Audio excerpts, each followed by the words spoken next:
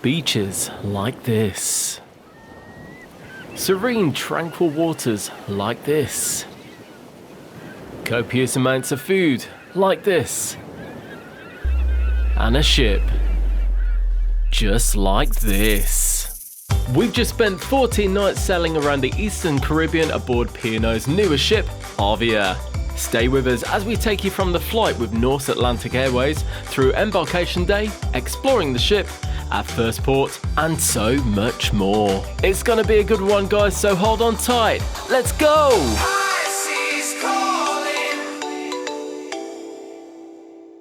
Early one morning, bright and breezy, we headed across to London Gatwick to start our fly cruise journey. To avoid any delays the morning of our flight, we stayed over at the Block Hotel. If you'd like to see how we got on with that, let us know in the comments below and I'll put something together. Around 3.5 hours before we were due to fly, we headed to check-in to drop off our bags. It was quite easy to find the desk and it was well signposted. There was a small queue when we got there, but it didn't take long for that to go down. We got our boarding passes, dropped off our cases and headed straight through to security so then we could go and check out the shops and relax before the long flight ahead. For anyone that hasn't travelled through Gatwick Airport before, it's actually a really good airport full with lots of shops and restaurants to keep you entertained prior to your flight. Ben and I hate flying, so to calm the nerves we had a cheeky beer and before we knew it we saw our bird fly in. We'd heard good and bad things about North Airways, but we reserved judgment until we got on. We shortly after made our way to the gate and awaited boarding. Boarding itself was a little bit chaotic. They boarded the premium guests, but then rather than sticking to groups, when it came to economy, it was just a free-for-all, which always adds a little bit of chaos. But we got on, so that's what counts. We travelled economy on this Boeing Dreamliner, and as you can see, there's a fair amount of legroom. Norths do provide a complimentary bottle of water. The onboard entertainment system is actually really good. There's lots of movies and TV shows to choose from. After about an hour's delay, we made our way to the runway and took off. Alcoholic and of course non-alcoholic drinks are provided a couple of times throughout the flight complimentary. Roughly an hour and a half into the flight, we were provided with our in-flight meal. This again was complimentary. We had beef stew for our main, as well as a slightly stale bread roll, some cheese and a side salad, which collectively was all very nice. In fact, the mashed potato was some of the nicest I've ever had. For dessert, we had this salted caramel and chocolate pot, and it was absolutely gorgeous. The flight from London Gatwick to Antigua took around 7.5 hours, and around 2 hours before landing we were provided with this lovely little cheese and onion pasty and Belgian chocolate brownie. The pasty was absolutely lovely. With around 20 minutes to go before landing, we started seeing our first glimpses of land. We had to circle for a fair while because the airport was pretty busy, but it gave us some of these gorgeous views, so it was all worth it.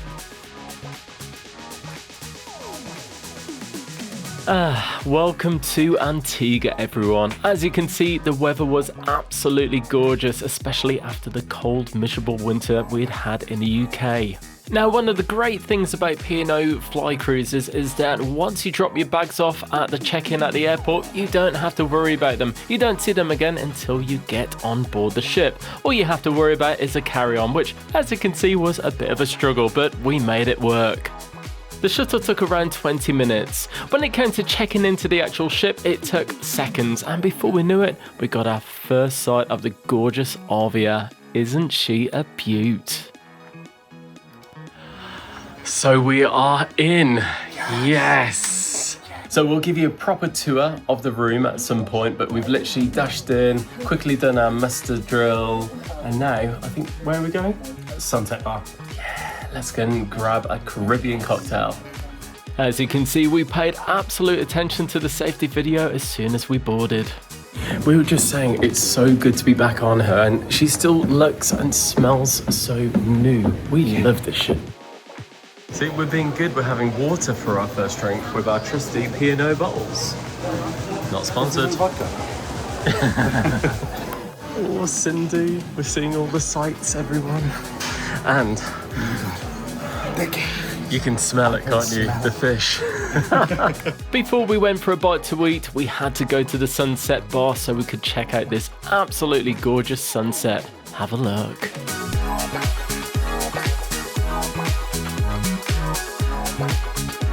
Oh wow, after the long flight it sure felt good to sit down with a nice cocktail and enjoy watching the sun go down. Oh, these are a new addition, aren't they? Give them a little try. You know, they're really comfortable. Huh? They're really comfortable. Yeah? Yeah. Take a seat. Okay, or no? After the long flight, we just wanted to sit down and eat with no faff, so we made our way to the Keys. The Keys is a place to head to for traditional fish and chips, Asian fusion, and also a good old hearty roast dinner.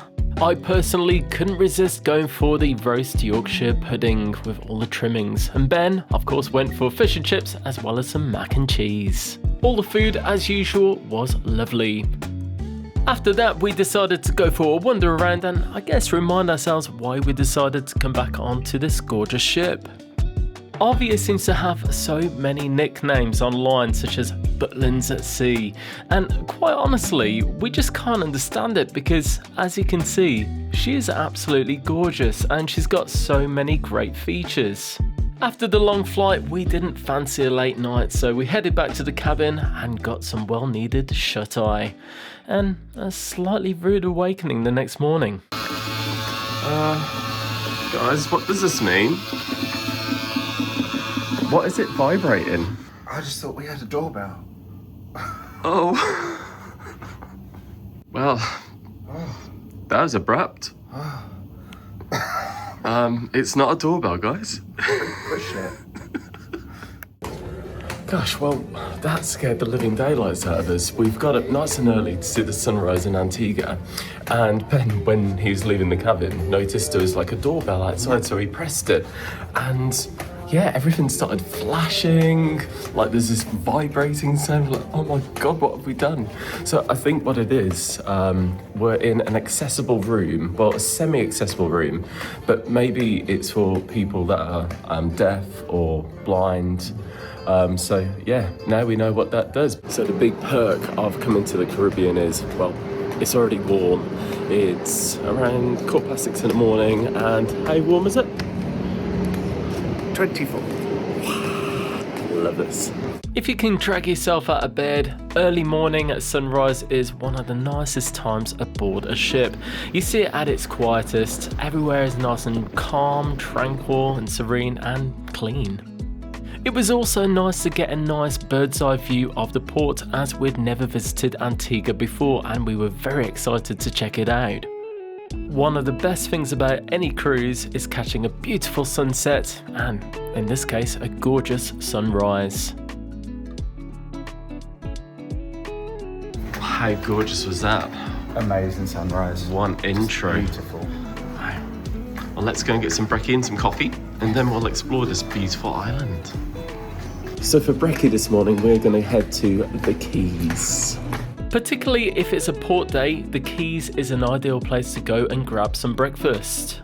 It's quick, easy, and the food we had whilst on board was generally tasty and nice and fresh. Feeling a little bit jet lagged, we weren't quite ready for a filter coffee experience, so we headed to Vistas for a Costa coffee. Though not included in the cruise fare, the pricing was pretty fair. What you call coffee with a view, guys. Ben has found us a new friend. Check this out. Keel & Co's mascot. Now, the question is, what's its name? What do you guys think it should be called? Let us know in the comments. Do you think it's a Barry? I think it's a Barry. Yeah? It looks like a Barry to me. I think, personally, Gertrude. Gertrude on this side, but Barry Yeah. on that side. Maybe.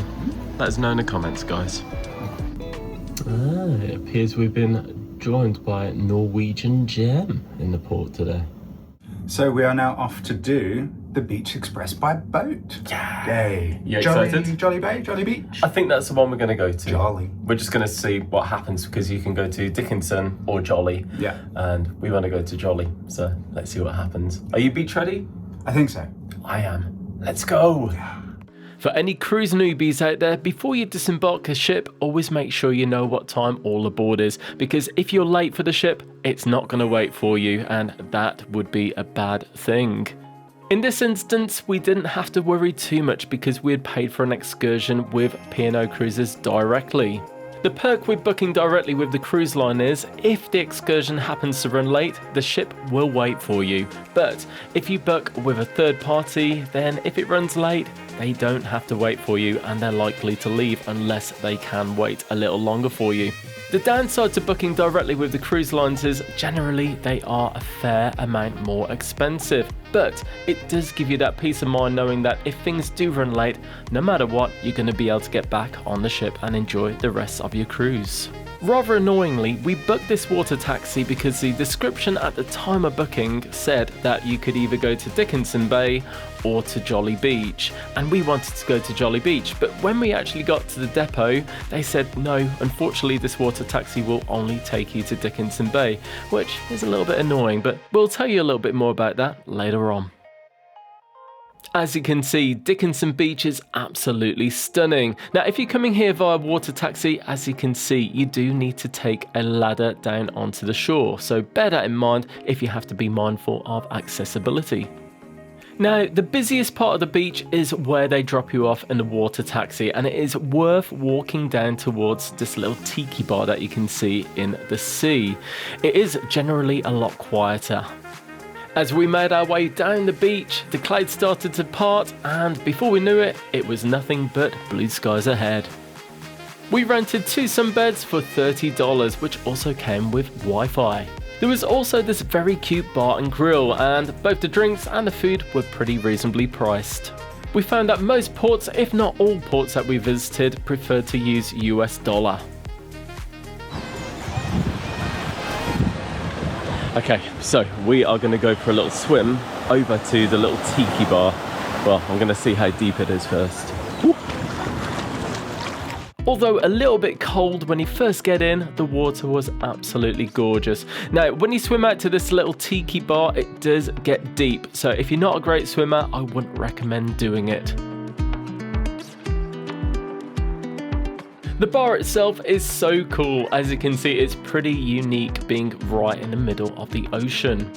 Really, they could charge whatever they wanted here, but it was again really reasonable at around $5 per beer.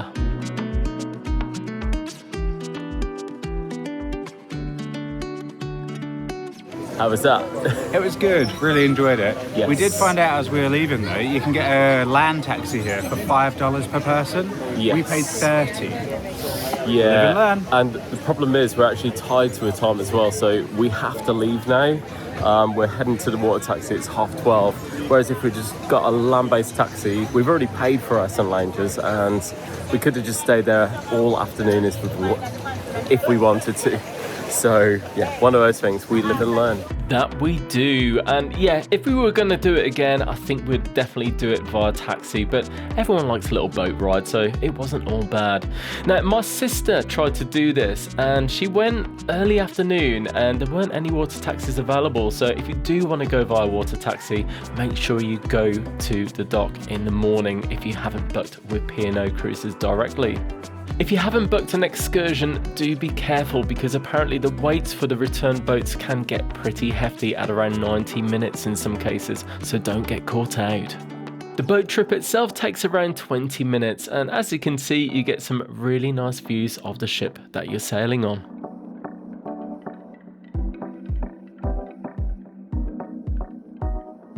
Hey, so we're just back into the port of Antigua and it smells like they're having a great day. Oh yes, for sure.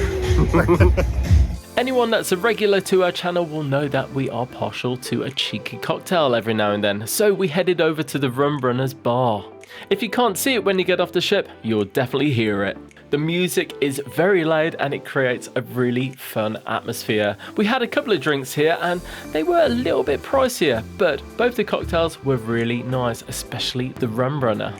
We really hope you're enjoying this vlog, and if you're new to our channel, why not hit subscribe? It's completely free and it lets YouTube know that you're enjoying our content, and it will let you know when the next episode of our series comes out. Oh gosh, I really need to stop drinking in public. After Rum Runners, we went for an explore around Antigua. Apparently, I genuinely can't remember this at all, but apparently I can still hold a camera nice and steady. Antigua, as you can see, is a very colourful port, and the people there were very nice and friendly, and we never felt unsafe, which is always good. We started feeling a little bit peckish, so we thought we'd head back onto the ship. Well, we've had a great time in Antigua. Yes. It's been amazing. It's been a really so beautiful good. island to see. Now, we're going to go and get some lunch, sober up a little bit. Punch. Yes, we had a lot of rum and beer, and we enjoyed it. Yes. So we're going to go and sober up a little bit, then get some sun and explore the ship a little bit more. Well, they say third time's a charm. Yes, we went back to the Keys again. I promise you, as this vlog series goes on, we do go to more restaurants aboard this gorgeous ship. It was interesting to see how busy the ship was on a port day, and as you can see, it wasn't that busy. It didn't feel overcrowded at all. We even managed to get a couple of sun lounges to get a bit of afternoon sun. As the sun was starting to set, we headed to the Sunset Bar for a cheeky cocktail, and what a beautiful sunset it was. So after that gorgeous sunset, we have headed to the Glass House for a cheeky wine flight before we go to the Headliners Theatre tonight to see the Freddie Mercury tribute, which honestly we're really looking forward to. Rehydration. Yes, it's always worth bringing a water bottle on with you before you board. Anyway, this is the Headliners Theatre, and as you can see, it is a huge theatre. It looks nice and modern and fresh, and the lighting and sound in here is amazing. I sail up and watch over my only 15 acres and everything I had to know. I heard it on my radio. I take one ride over the road to ready, crazy thing on. He was really good, but annoyingly, he kept missing out the high notes, which we found a little bit irritating. Anyhow, that aside, we made our way across to Green & Co, which is an extra charge restaurant. Until recently, this was the onboard vegan restaurant. Now, whilst it is still vegan, they have included some meat dishes as well. What are you thinking, darling? I'm thinking I might go some sushi to start, and then something else. I think I'm gonna go fully vegan. So I'm thinking the sesame crusted crispy fried tofu and the shakalaka Wellington. What would you guys go for? Let us know.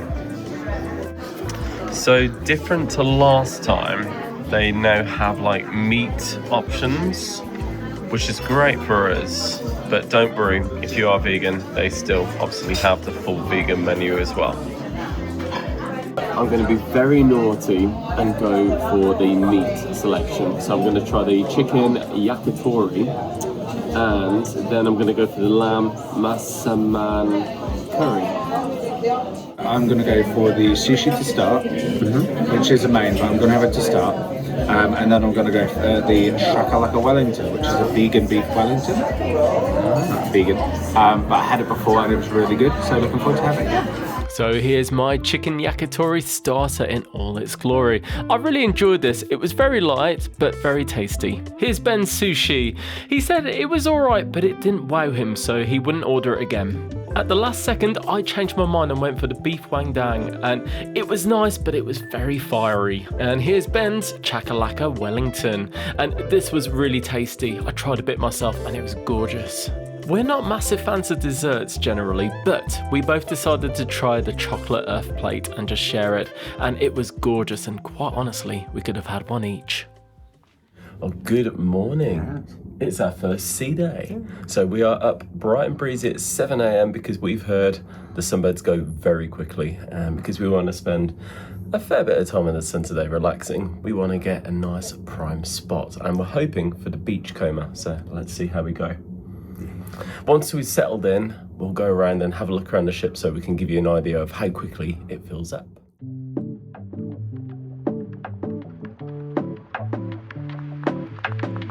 Well guys, it's just gone 7 in the morning. Let's have a look around, shall we? Now, I didn't want to film too much because obviously I didn't want to invade people's privacy, but this should give you a good idea of what to expect generally at around 7 AM on a sea day.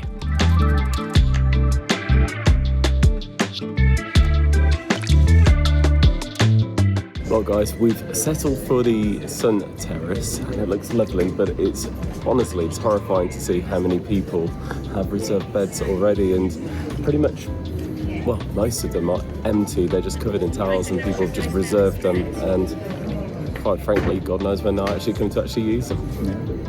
Now look, I get people come out and they go to breakfast, that kind of thing, and grab a coffee. That's fine, but when you see towels all over the place for hours, it becomes a bit of a joke. Let's have a look around the rest of the ship.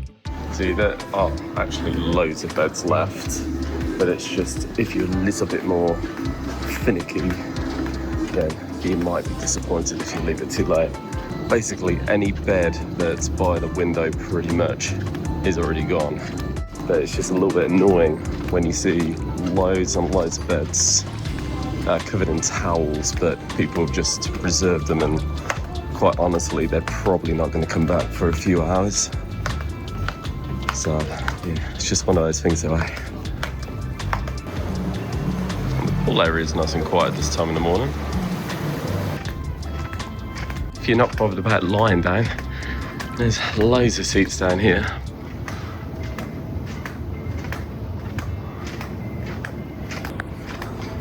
But then we get back to the bed area and yeah, I think pretty much all of them are taken.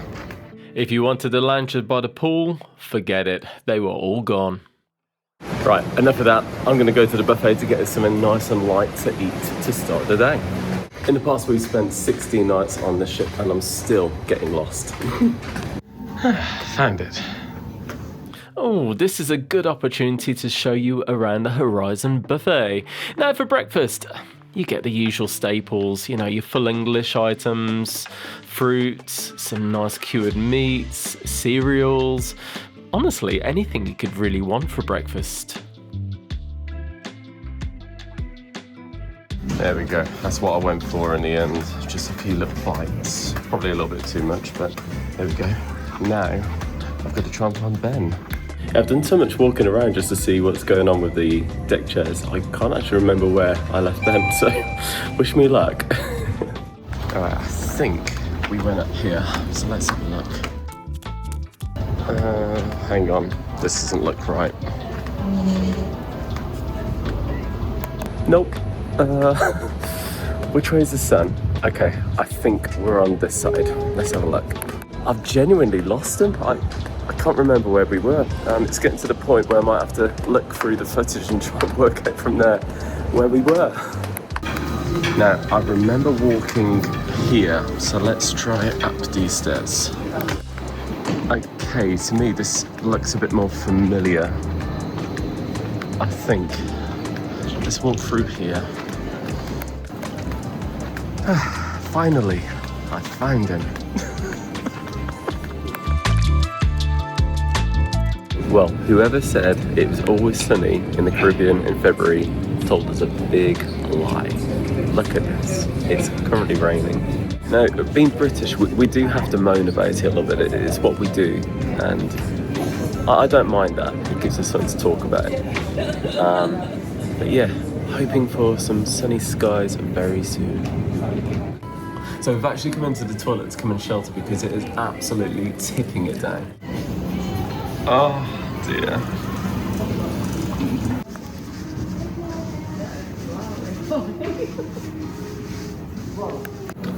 It's good to see someone came prepared. That was hilarious. You don't really expect weather like that, but honestly, in the Caribbean, it can go either way. It can be blissful sunshine, and the next minute, it's hammering it down with rain, and I suppose that's just part of the experience. If there's one thing I'd say always remember on a cruise, particularly a sunny one, towel clips. They are a lifesaver.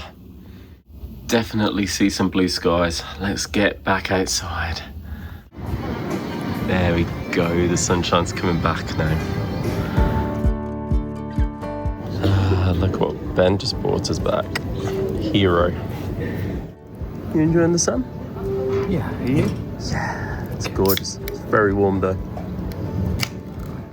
Well, that went from 0 to 100 quickly, didn't it? It did, yes. 1 minute it was chucking it down with rain, then it was bliss for sunshine.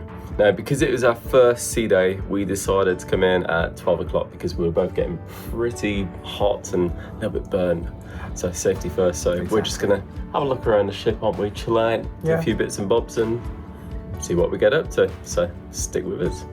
Right, we've got our cruise stomachs, haven't we? We have, so we're off to Taste 360 for some lunch. That's right, for once we're not going to the Keys. Now 360 really surprised us. Don't get me wrong, it's not like a massive wow menu, but what they do here, they do well. MSC do the best pizzas at sea, but I'd say P&O Cruises do the best fries at sea. Doesn't sound like a lot, does it? But we loved them, and the burgers were very tasty as well. The pizzas were insanely thin, but if you're on a diet, that's a good thing. Well, that was a lovely burger, wasn't it? It was really good. What's wrong?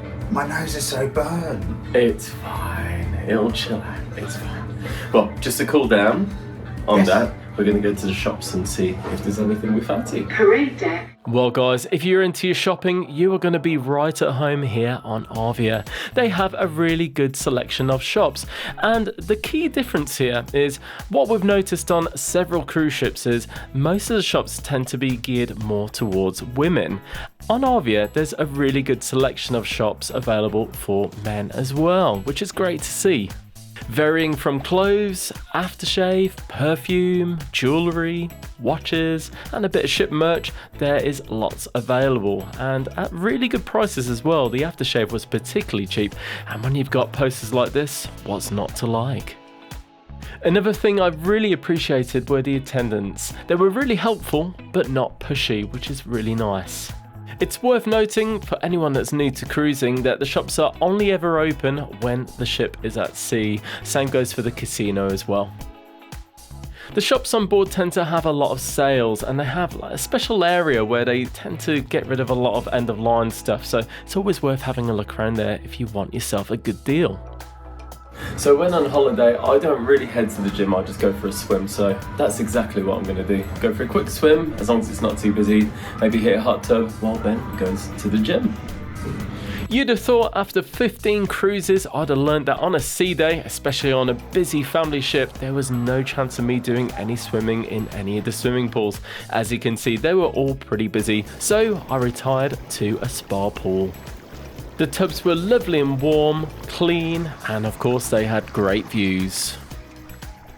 That was nice. I'm going to go back for a quick shower and then I'm going to head over to Brody's and meet Ben.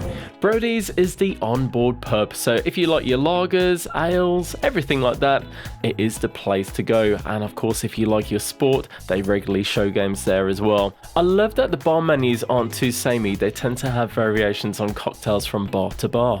We then made our way up to the Crow's Nest for a cheeky game of Uno. The Crow's Nest is a really nice bar. Frustratingly, this doesn't tend to be open during the day and there's not even any music playing, and it's such a shame because it's a really nice area to come and relax and take in the views, but with the deadly silence, it feels a little bit off-putting at times. For what turned out to be a bit of a bar crawl, we headed to the Amber Lounge. This is on deck 3 of the atrium, so great for people watching, and they also have some very tasty exclusive cocktails. They are more expensive, but they do tend to be of a better quality, so it's fair enough. I went for a Missionary's Downfall and I didn't like it. It was a bit sour for me. Ben went for the Filibuster's Quest, and this is his go-to. It's definitely a bit of you, isn't it? Is it good? Yeah. This one's really cool because the actual little bottle has this book. Just get every drop. Yeah, it's pretty cool, I think. It's a nice touch. Ben making use of our ocean view sofa. Yeah. And it is a nice room. Physics. Yes. It's a lovely room, isn't it? I love these ocean view rooms. They're so nice. Do you regret not going for a balcony? No. Reason why? But we just have so much space. Yeah. Like they're big rooms, and I can still sit and look at the sea, and I can read a book. Indeed. Learn about physics. Part 1. Putting physics into motion. Books on tape coming, 2027. The fifth wave. After the circus, Bozo the physicist went on to distinguish himself. Moving swiftly on. When we're on a cruise, one of the things I really like, if a ship's got one, is the use of a free laundrette. And P&O deliver every time. Take a look at this. That's right, on P&O Arvia, you have a self-use laundrette, which is completely free to use. There's a great iron in there, as well as 6 washers and 6 tumble dryers. Hey, so tonight we have got the chef's table. We do, Yes, formal night. It is our first formal night. But that being said, we are in the Caribbean and we're not wearing tyres because it's just too hot. It is, Yeah. It's really warm, and from where I'm sitting, if ladies are welcome to wear nice flowing dresses, then we can get away with not having a tie. I'm sure that's fine. Yeah, I'm sure it'll be totally fine. And I do intend on taking my jacket off the second I sit down. So what is happening afterwards? I think there's a show we're going to go and see, Yeah, isn't Tom. Tom Bird? Tom Brace? Tom I wanna Brace. say? Yes. A magician, illusionist. Yeah, I think he does Yeah. like, is it Sleight of Hand? Yeah, we actually met him on Arvia last time. We did a couple of card tricks at the table, which was really cool. And yeah, we've had a nice afternoon as well. We went to the Really Amber nice. Lounge, enjoyed a couple of cocktails, got speaking to some people, which is always nice. A couple of people that recognise us from YouTube, Yeah. which is always nice. If you see us out and about, always feel free to come and say hello. We like to have a little chat. That's always do. good. Yes. Right, shall we go and get another drink and maybe some chow? Yes, and it's a free drink. It's the best kind. Who doesn't like a free glass of fizz? Especially when accompanied with views like this. Being formal night, lots of people were taking the opportunity to get professional photos taken on the atrium stairs. We then headed across to the beach house for our chef table experience. P&O do enforce a dress code, so do bear this in mind. As a little snack, we had some focaccia bread, which was delightfully fresh. We then had a look through the menu, and for those of you at home that want to have a look to see what is available, here we go.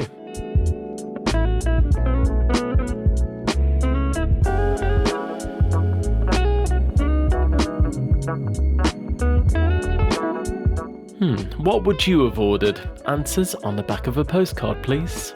The amuse-bouche was a carrot and peach cold soup, and it was really nice. For starters, we both went for the crispy braised lamb bonbons, and these are gorgeous. I'd pay for these quite happily. They were beautiful. Then for mains, we both went for the beef Wellington. Now, as lovely as it was, the only downside is the pastry. As you can see, the base was very soggy, but otherwise very nice. For dessert, I went for the rum savarin of raspberries, and this was very tasty as well. And for dessert, we had a couple of lovely chocolate truffles, as well as an after dinner coffee. We haven't seen these before, but on these screens it shows you the popular dining times in the restaurants, which we thought was pretty smart. We had planned to go and see Tom Brace in the Headliners Theatre. We caught the end of the earlier show and we did realise that we had already seen it, so we decided to have a walk around the ship and see what else was going on instead. The clubhouse was really busy and it didn't have anything going on, so we gave that a miss. We did catch this really cool acrobatic routine in the atrium, backed up by the headline singers. I don't think the show was in the entertainment schedule, so I think it's just one of those things you just have to be in the right place at the right time. We then went to one of our favourite spots on the ship, the Sunset Bar. The sun had already set, but we had this pretty nice view of the moon.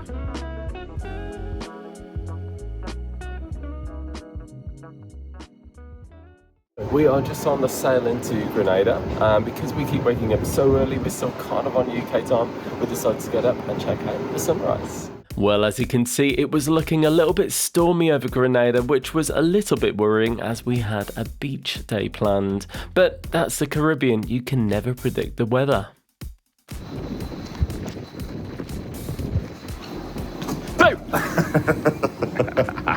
In true Ben and Gareth style, we headed over to the Keys for some early morning breakfast. Brekkie time! Well, this is the weirdest breakfast ever, but you know what? It's what I fancied. Those hash browns were incredible, but the waffle itself was pretty disappointing. It tasted a little bit stale, and it's clearly not made on the ship. Right then guys, I think we're beach ready. We are indeed. Yeah, let's check out Grenada. That's right, we went exploring Grenada and we couldn't wait. It was the first time we'd ever visited this island. In port today, we were joined by Royal Caribbean's Brilliance of the Seas. Now, we learned a very, very important lesson here in the port of Grenada. Now, usually, if you need a passport or ID, the cruise will tell you before you get off, but we don't remember ever being told anything and we didn't see any signs. Now, the security here was very tight. I didn't think I had any ID with me. Luckily, I managed to find something on my phone and they accepted it, but they were refusing people to go through without any valid ID and they really didn't care. They just said, well, look, if you've got a problem, call your cruise line, and that's about it. So definitely make sure you always take some ID with you, even if it's just a picture on your phone. Now, the port itself is pretty well signposted. If you're going on the land train, it's right here. And if you're going on a boat taxi like we were, it's right down this little pier. Now, there are some pretty steep steps, so if you do have mobility issues, please do bear this in mind. The water in Grenada is crystal clear. Check out these gorgeous fish. Before we knew it, we were on our way to Grand Anse Beach. The taxi itself takes around 20 minutes each way and you get some beautiful sights along the way. Check it out.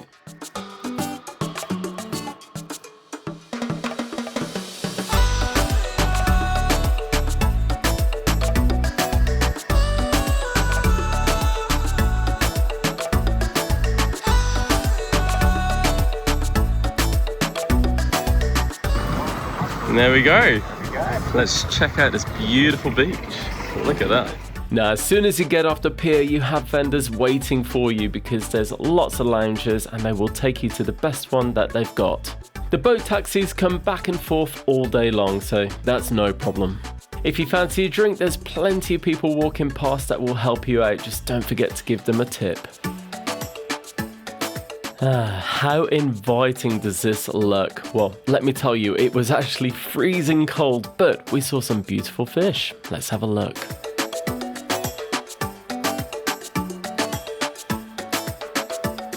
Cannot believe how clear the sea was. Ben couldn't believe it either, so he went and had a look for himself and brought me back this beautiful little shell. I did notice in the corner there was like a rock pool area, so I decided to head down to the beach just to see if the snorkeling was any better down there. As you can see, the visibility was really, really poor, so I came back to where we were. Now, if snorkeling and sunbathing isn't for you, don't worry, there are water sports available at a cost.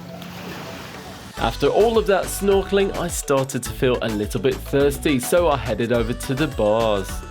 There were plenty of bars and eateries to choose from, and as usual, pricing was pretty fair. From memory, I think the cocktails from Spot Bar were $10 each, but they didn't half pack a punch. Now, I couldn't resist but go back into the water to do a little bit more snorkeling and have a look what I found.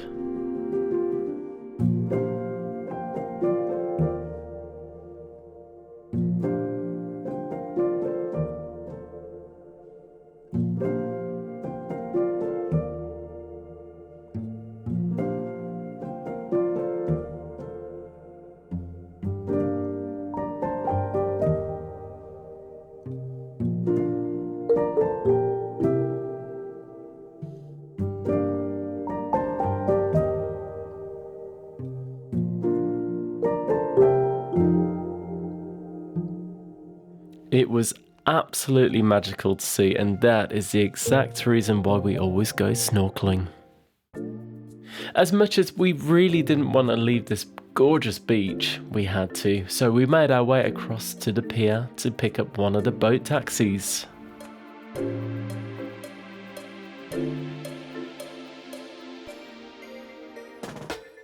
It's always sad when a beach day comes to an end, but when you've got a ship like this, it's alright, it softens the blow.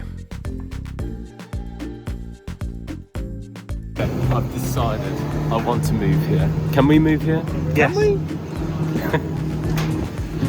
Oh man. Did you have a good time, Dom? We had a great time. Gareth saw a sea turtle. I saw fish of various descriptions. And we had some very nice rum punches. So we're going to head back onto the ship now. Have a little bite to eat in the Keys maybe, or maybe 360. We'll see how we're feeling. We'll see how we feel. Well, apparently we fancied gelato, so we made our way across to the Sky Dome to have a cheeky gelato from Sundays. This is the first time we've seen the Sky Dome open.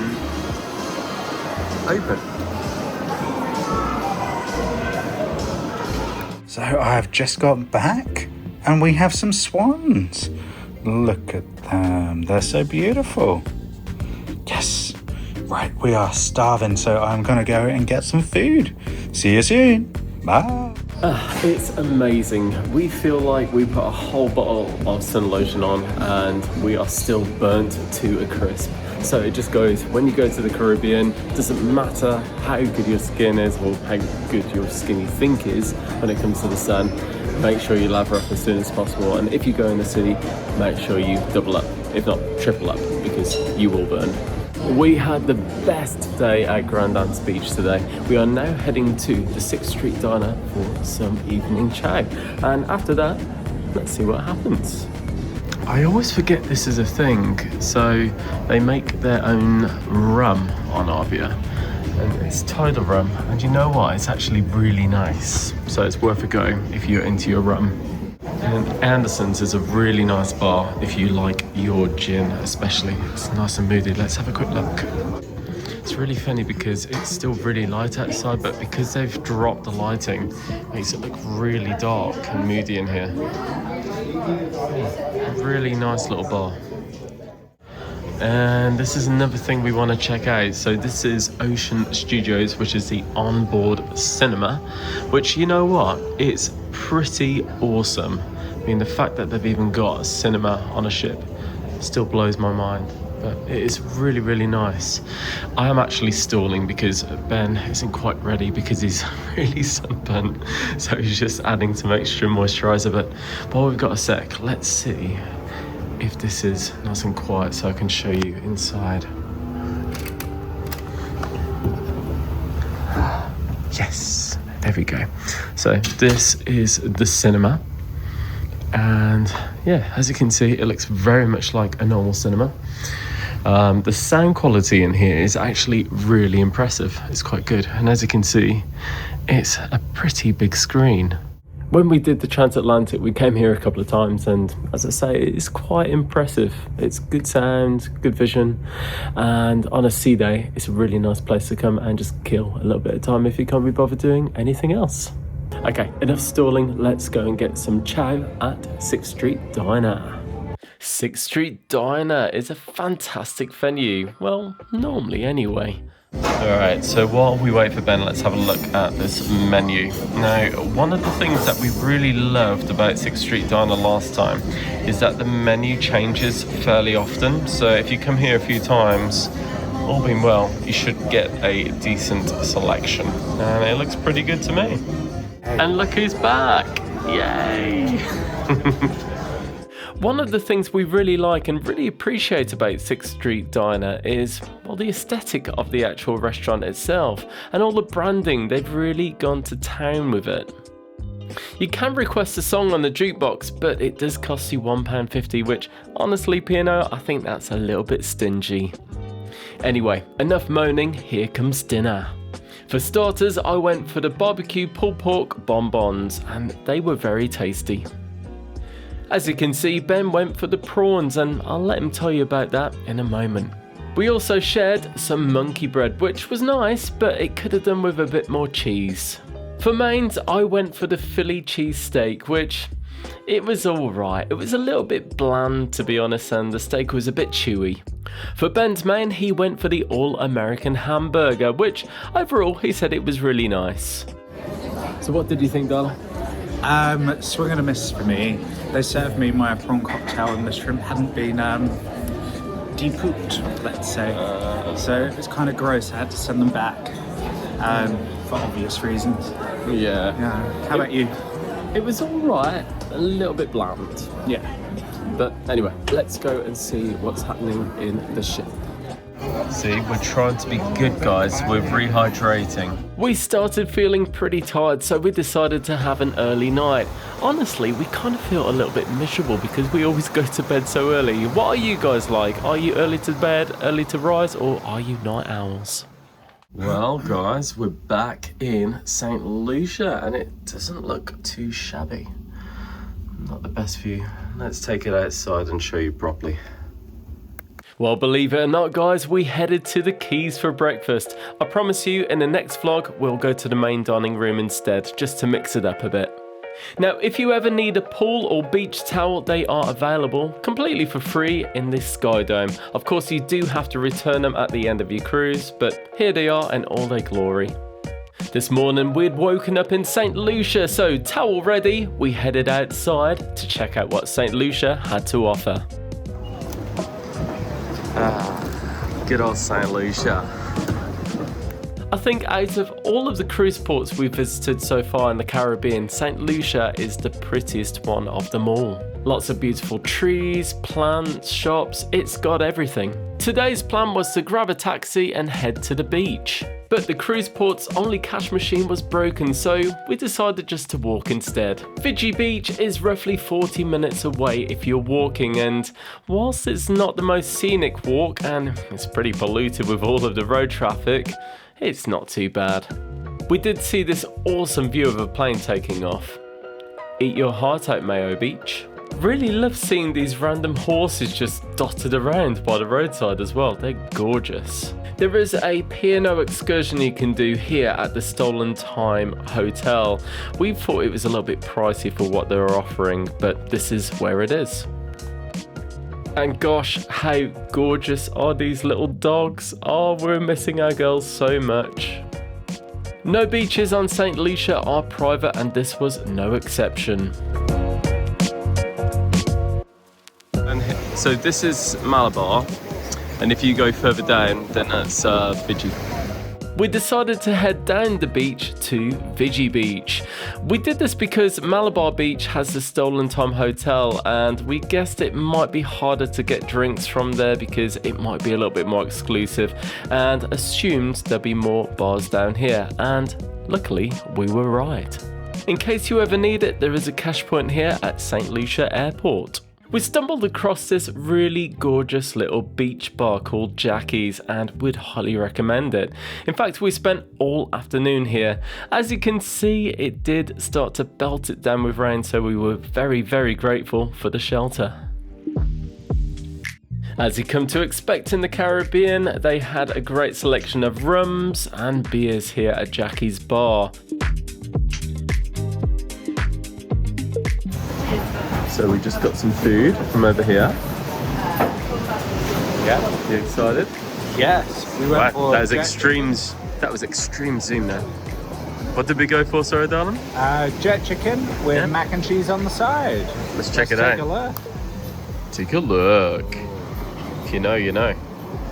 Ooh, that looks good. Yeah.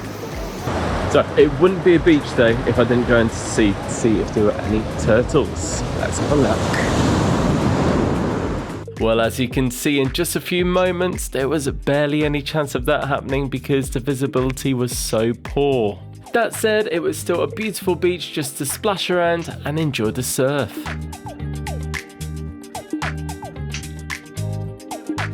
If you do enjoy snorkeling, I was told this is the place to go, but as it was pretty rough out there, I didn't chance it. After a fair few beers and some really tasty lunch, we decided to make our way back to the ship. Now we've been able to get some cash out, we were tempted to get a taxi back, but you know what? After seeing these views that you'll see in a moment, I'm really glad we didn't.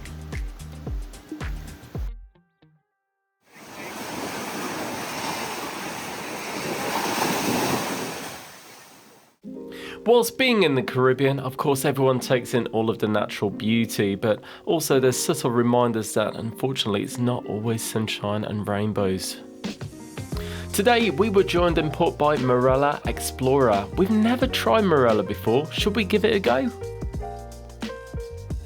Maybe one day, eh? We also noticed all of this amazing art, not just on this island, also around the other Caribbean islands too, and it's great to see. Feel the heat now, can't Yeah, you can. It might look cloudy, guys, but it is hot. Had a good day though? Yeah, really good day, thanks. We went down to the beach, walked there and back. It's not that far. It's worth it though, it was beautiful. Yeah. Really nice local place, good food, spicy jerk chicken. But yeah, now I think it's time for some rum therapy. Let's do this. It was great to see that the island was celebrating its 47th year of independence. Before heading across to rum therapy, we had a look around some of the shops, and it's always worth having a look. So it's kind of become a tradition now to get a cap from St. Lucia, and this is it. A lot of the traders here only get a few months a year to actually make their living, so if you can spare the cash, it's always nice to give a little bit back and also come away with a nice souvenir. And here we are at Rum Therapy Bar and Treatment Centre. Not much footage from here, I'm afraid. We were too busy having copious amounts of beer. Where did this come from? Oh, this bar is known very well to P&O staff, so they come out and wait and get the last few stragglers on board before all aboard. Well, that's it. Another stop at St. Lucia. Yes. We had a good time, didn't we? Yes. Well, we've had the best time in St. Lucia, haven't we? We have. Yes. Now we're gonna... Hello. Now we are gonna go and have some dinner in... Sindhu. But before we do that, we're gonna have a little cocktail. Because exactly that wobble is real. We might as well keep it going. But the question is, where are we taking this lift to? Where are we going? I don't know, 7 or 8? 7? Let's see where we end up. Where are we going, Ben? After you. Oh, it's like a mystery to it, guys. Where are we going? I don't know. Oh God, he's off. No, shall we go to Amber Lounge? Yes, go down one. I meant 6. Yes, let's go. But yeah, we haven't spent much time in Brody's, have we? No. We loved Brody's. Yeah, let's go down to Amber Lounge because I don't think we should be having wine tonight. What? I want a steak from Keel and Cow. Shall we cancel Sindhu and just go? No, and we're have not a steak? cancelling Sindhu, it's fully booked.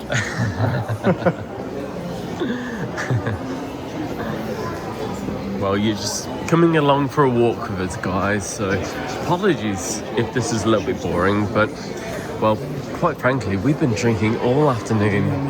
We've had a lot of fun in rum therapy. Oh, hey, that's quite a fun one. They said he was really good. Yeah, apparently he is very good. No. Oh, that's sad. Oh, they're doing pictures. Shall we go down the other stairs? Oh, we can go. Oh. That could have been awkward. Sorry.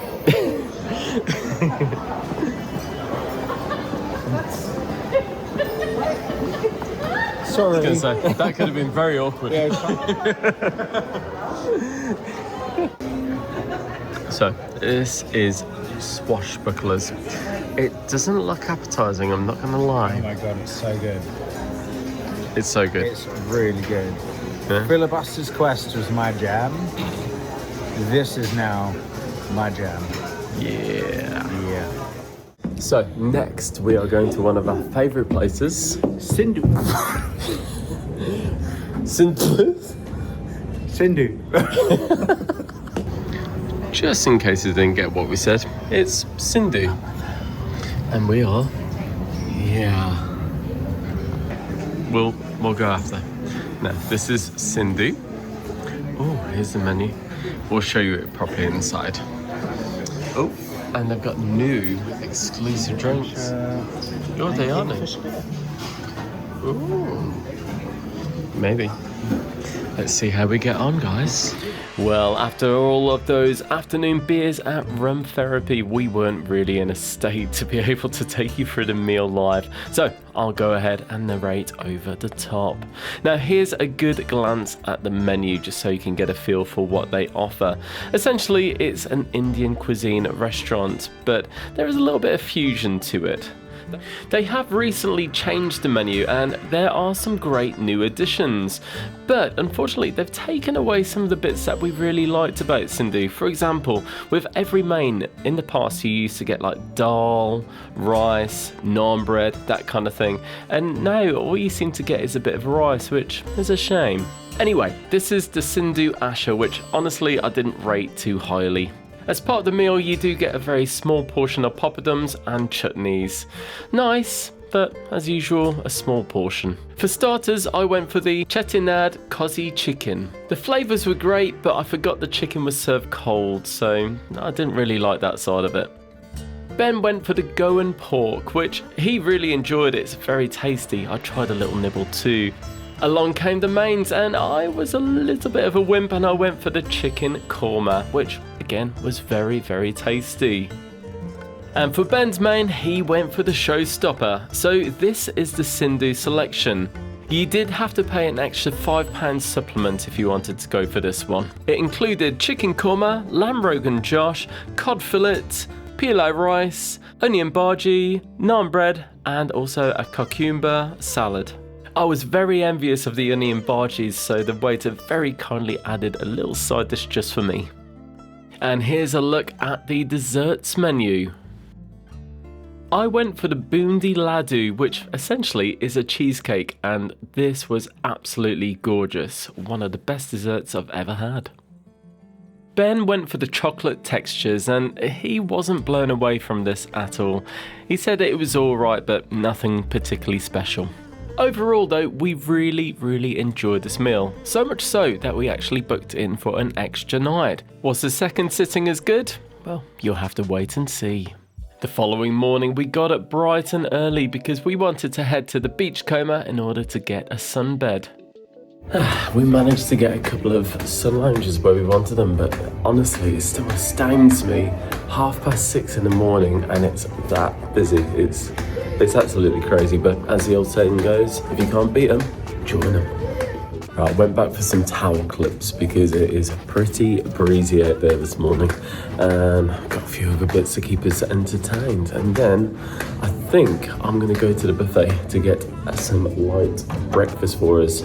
We will go to the MDR for breakfast at some point, but it's just fitting it in when you've got your busy days and you're going into the ports and you're getting up this kind of time in the morning to get you some beds.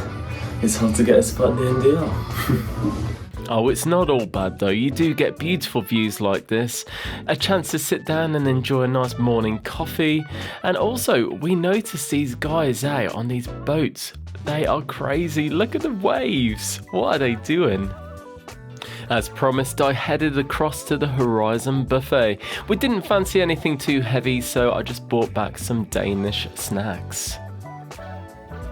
Whilst it was windy, it was still very hot as well, and it's worth noting that most bars, to save you queuing up, they do have little water stations where you can just grab a cup and help yourself.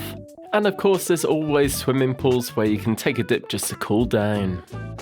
So the beachcomber is a really nice pool, but crikey, it is very cold. They definitely don't heat it, not at least in the Caribbean. Freezing. So I just wanted to jump in at this moment just whilst I was editing, because there's something that happened that we didn't actually talk about on video while we were away on holiday. If you watched our channel for a while, you'll know we don't like focusing on any negativity whilst we're away because we like to just enjoy the moment. However, there was one thing that happened and I felt it was important that we mentioned it because it really frustrated us at the time. So as you've just seen in the video, we'd managed to get a sunbed just outside the beachcomber where we wanted because we got up so early. Later in the morning, we saw some P&O staff going around and tagging and taking away towels off sunbeds that weren't being used. And by the way, that's a great thing. Keep it up, P&O. Anyway, 2 other people came along and took the sun loungers, and it looked like they knew each other, and then it started. Instead of, just sitting down having a nice conversation next to one another, they just started having a conversation through us. One on one side, one on the other side, literally just speaking over us. So we just sat there in the middle like, okay. And it wasn't as though they were having like a quiet conversation. Like the lady who's next to me was particularly loud, and yeah, she was quite comfortable with speaking loudly too. And then to make matters worse, one of them said, "Oh, can I nick some of that cream please?" And the other one said, "Yeah, that's fine." But here's the kicker. Instead of getting up, she literally threw it over us. I'm not even joking. It very nearly hit, let's say, a sensitive area. Eventually they did quiet down and everything settled down, but I could tell without saying anything, like Ben was as frustrated as I was, and it just put a dampener on the whole morning, to be honest. Shortly after, we just got up and we left the sunbeds and just went about our day. Now look, maybe we're being over the top, maybe we've turned into a pair of Victor Meldrews, I don't know. But from where I'm sitting, that is not good sunbed etiquette. And I do wonder, is this what people mean when they say things like Butlins at sea? I don't know, maybe it's just us. Let us know, guys, what would you have done in that situation? Are we being miserable? Let us know in the comments. Anyway, back to the vlog. So guys, as promised, we're finally doing it. We're not going to the quays, we're going to the main dining room. This time we headed to the Meridian restaurant. We were seated insanely quickly, and as you can see, it's a pretty quiet dining room. Here's a glance at the menu for anyone that wants to get a feel for what kind of things they offer for lunch in the main dining room. Are you excited to be back in the main dining room? Yeah, it's nice to be back. We've not actually been on this side of it before. We're like right by the entrance. But it's good. It's actually a lot quieter than I thought it would be here. Way quieter. Yeah. I suppose everyone's out on the deck enjoying the sun. Enjoying the sun. For starters, we went for the ham croquettes, and they were lovely. They're nice and warm and tasty too. For mains, Ben went for the feta, tomato and spinach phyllo pastry. Ben really enjoyed this. Again, it was served nice and warm, and it was nice and filling too, along with these chunky chips. I went for the avocado on toasted sourdough, and I've got to say this was really disappointing. The avocado tasted so processed and the sourdough tasted very stale, as though it had been left over from breakfast. And the side of roast potato was very literal. It was in fact a whole roasted potato. As the potato was so big, it wasn't really properly cooked in the middle, so it wasn't great, unfortunately. Ben loved his, but for me, it was a bit of a no. So for a change, we've decided to have a little flutter and play Deal or No Deal. Now, it is quite expensive. It's £20 for 1 ticket, £30 for 2 tickets, and £35 for 3 tickets. And I gave away and went for the 3 tickets. Why not? YOLO and all that. So wish us good luck. So the game itself more or less runs the same as what you see on telly at home. Now, there is only one person that takes part on the stage, and at the bottom of every card you have the serial number, and at the start they pick out the serial number, and if your lucky number comes out, then you're asked to come up onto the stage. The contestant then picks a lucky box, which of course is their box, and they hope that the £1,000 is in it. Now, don't worry, if you haven't been picked, you're still in play. Essentially, every time the contestant picks a box, you open the box that's on your card. Now, if the amount that's in their box is the same as what's on your card, you've got a match. And essentially, the more matches you get, the better the prize you get at the end. Yay!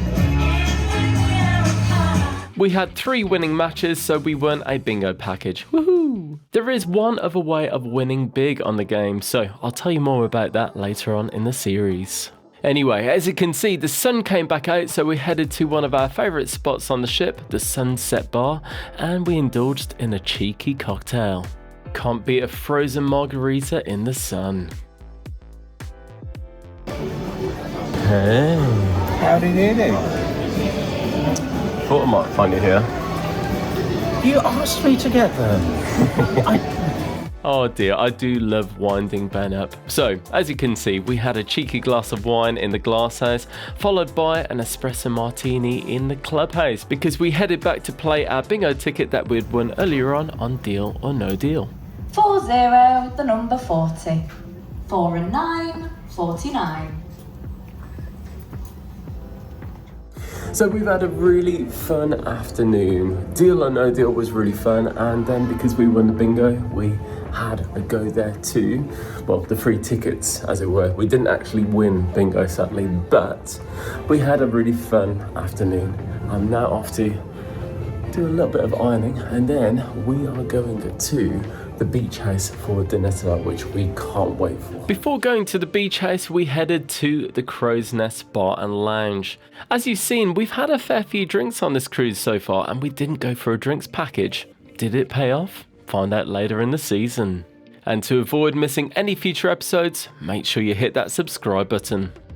Well, here we are at the beach house, which essentially is part of the Horizon Buffet. This is not included in your cruise fare, and there is a cover charge of £11.50 each. You will notice that most of the menu is covered by this cover charge, but there are a few items that aren't, and you do have to pay a supplement towards them. One thing I do really like about this menu is, as you can see, it's pretty varied. There's a good selection of items on here. For starters, I went for the sweet potato and mozzarella crispy skins. They are actually just normal potato skins with some sweet potato mashed up and put onto the top. Taste was fine, but they were lukewarm. Ben went for the island spiced chicken wings, and as much as they were tasty, the portion itself has shrunk dramatically compared to the last time we visited. We also shared some nachos, and they look gorgeous, don't they? Truth is, the texture was so weird with the nachos. It was more like a cracker texture, and the cheese was like this really wet sauce at the bottom. It wasn't great at all. For mains, we both went for the fillet steak on the hot rock, and this was fine. The steak in terms of texture wasn't as good as usual. It wasn't quite melt in the mouth, but it still tasted good. Ben had his with prawns. I just opted out of that because I don't like prawns. Ben went for the baked potatoes as a side, and these were so weird. They weren't baked potatoes. They were just kind of new potatoes that had been fried and then cut. Very odd. We'd been really looking forward for this, and so much so that we had actually booked in for the last night of the cruise, but we were so disappointed by this meal, we actually cancelled it. Maybe it was a one-off, but this certainly wasn't the beach house that we'd come to know and love. We then went for a wander around the ship to see what was going on.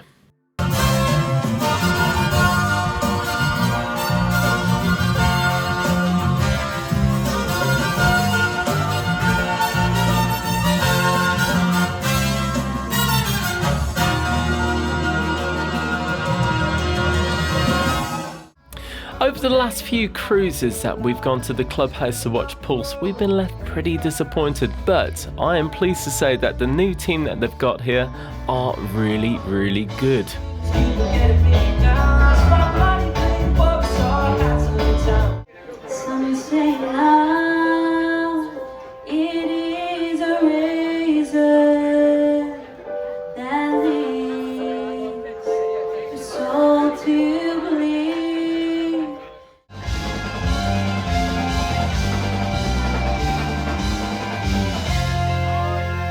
Gosh, the vocals were so much better this time around, and the band were excellent too. Amazing.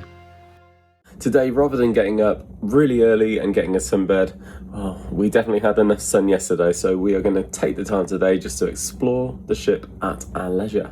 So stay with us and we'll give you a good show around. Yeah. Well, just as a bit of a weird side note, if you ever see these in the shops, make sure you pick some up. You will not regret it. Being a sea day, we decided to head to the Zenith restaurant for a nice breakfast. Zenith is exactly the same as the Meridian restaurant, no changes to the menu. The only difference is they seem to have tablecloths, whereas the Meridian doesn't. P&O Cruises offer a nice hearty breakfast menu. You can choose between a continental breakfast, yogurt, cereals, that kind of thing, or you can go for a nice hearty hot breakfast with all the trimmings. For starters, I decided to try out smoothie of the day. It was okay, but it tasted very over-processed. Service was busy this morning, so we joined a nice big table and had a good chat. A nice perk of having breakfast in the MDR is asking for thick cut toast. It's nice and fresh, and it's very yummy too. Ben went for porridge for a change, and I went for the full English, which I'm glad to say was nice and warm and very tasty. We'd always recommend having breakfast in the MDRs if you can, as long as you're not doing the sunbed dash. We then headed down to the retail spaces because they were doing a store raffle. Sadly, we didn't win anything, but for pure entertainment value, this guy was amazing, so funny. Hi guys, are you wanting to set up? No obligation to purchase. Well, after a nice breakfast in the Zenith restaurant, we are going to go outside and just do some sightseeing and just relax. Though a little bit hazy, it was still very cool to be able to see the world famous pitons and some beautiful wildlife. We then headed to the 710 Club because they were doing the spa raffle there. On this cruise, we didn't actually come to the 710 Club for any entertainment, but if you're into music, we would recommend it because the bands are pretty good. Sadly, again, we didn't win on the raffle, but it was worth a go. We then fancied something sweet and cold, so we went to Ripple's Gelateria. The gelato served here is absolutely gorgeous, and though it's not included in your cruise fare, we think it's well worth the price. They also offer their own spin on an afternoon tea. We've never got round to trying it. Have you? If so, let us know how you got on in the comments. So what did you go for, darling? The Kraken, Kraken? we'll say Kraken, and sea salt caramel. Beautiful. And I went for sea salted caramel and Kinder. There you go. You think they're worth it? Yeah. Because they're not included in ship fare, guys. You do have to pay for them. But I think the price for a gelato is pretty fair, considering we're on a ship. £3.60 for Yeah. 2 scoops. Not bad. Just another manic Sunday. That's so funny. The crew on board the ship works so hard, so it's so sad that signs like this have to be put up. Hello. Hey. So unusually for us, we went to one of the seminars, which we don't normally do. It was all about metabolism. Can't get my words out. And it was actually really, really good. Yeah, it was. So good, we have booked in a free consultation to do a body composition test. Yeah. And then to see what's going on. It was really good, and like it wasn't like a really heavy sales push or anything like that. Oh, no, not it at was all. really, really informative. So if you've got any questions like that, and he's on your cruise, he's Dr. Danny, known as. Definitely worth checking out. Yes. We did go ahead and do it, and he was really helpful, lovely guy. And although there was a sales push, he wasn't heavy-handed with it at all. He gave us the option and left us to it, which honestly we really appreciated. Being a very sunny sea day, it was very busy across the decks, so we decided to go upstairs and check out the onboard golf area. As you can see, surprisingly, it was really quiet. Now, the miniature golf is included in your cruise fare. You literally just help yourself to a ball and some clubs, and away you go. The course took us around 20 minutes in total to complete, and we had a lot of fun along the way.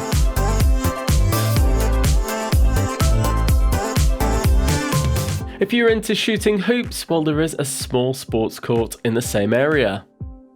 And if a mid-air obstacle course sounds like a bit of you, then check out Altitude. It's currently £7.50 per adult and £2.50 per child. Do bear in mind though, there is height restrictions in place. We were going to try it, but it was too windy, so it had been temporarily closed down. We then went for a cheeky beer in the Sky Dome, and where Arvia wins over Iona is the open rooftop. So handy in the Caribbean sun.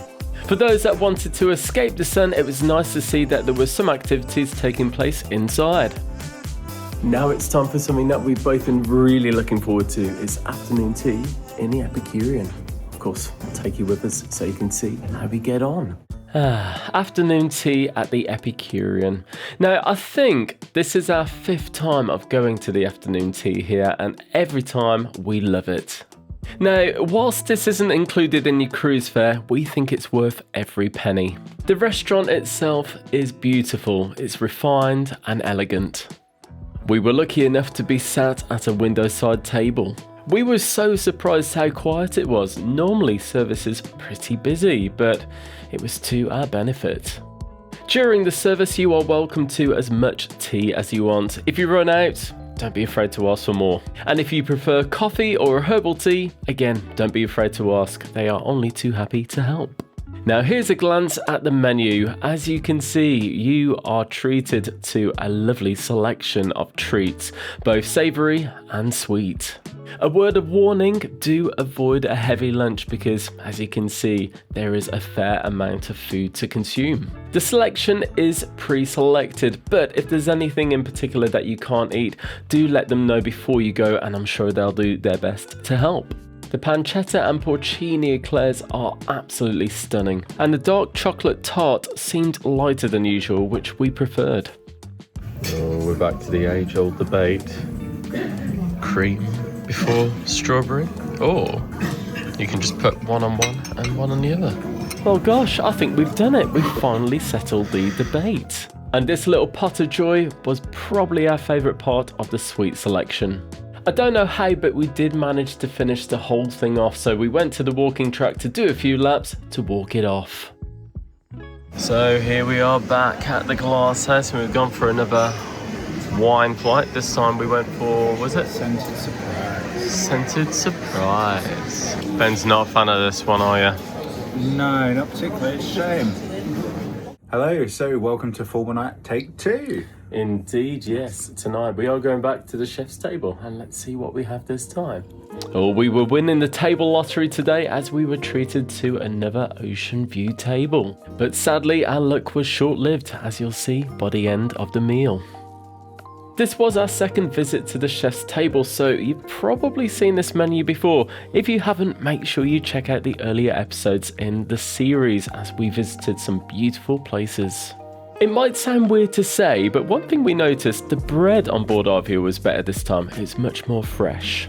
The amuse-bouche was a carrot and peach cold soup, which we both really enjoyed. We again couldn't resist going for the lamb bonbons. These things taste incredible. My mum also went for the onion soup, which she very much enjoyed. We all went for the beef Wellington. As you can see, the pastry is raw and we really should have sent it back. But as usual, we didn't. We're too kind for our own good because we didn't want to cause any offence. Regrettably, this made Ben ill and he wasn't right for the rest of the evening, so we did have an early night. So if something doesn't seem right, just let them know, guys. It's not worth it. We always enjoy our time on P&O cruises, but when it comes to food, they are very, very inconsistent, and it's such a shame because it lets them down. The crew works so hard and we never want to cause offence, but if you don't tell them if something's not right, they can't fix it, so ultimately, it's our fault.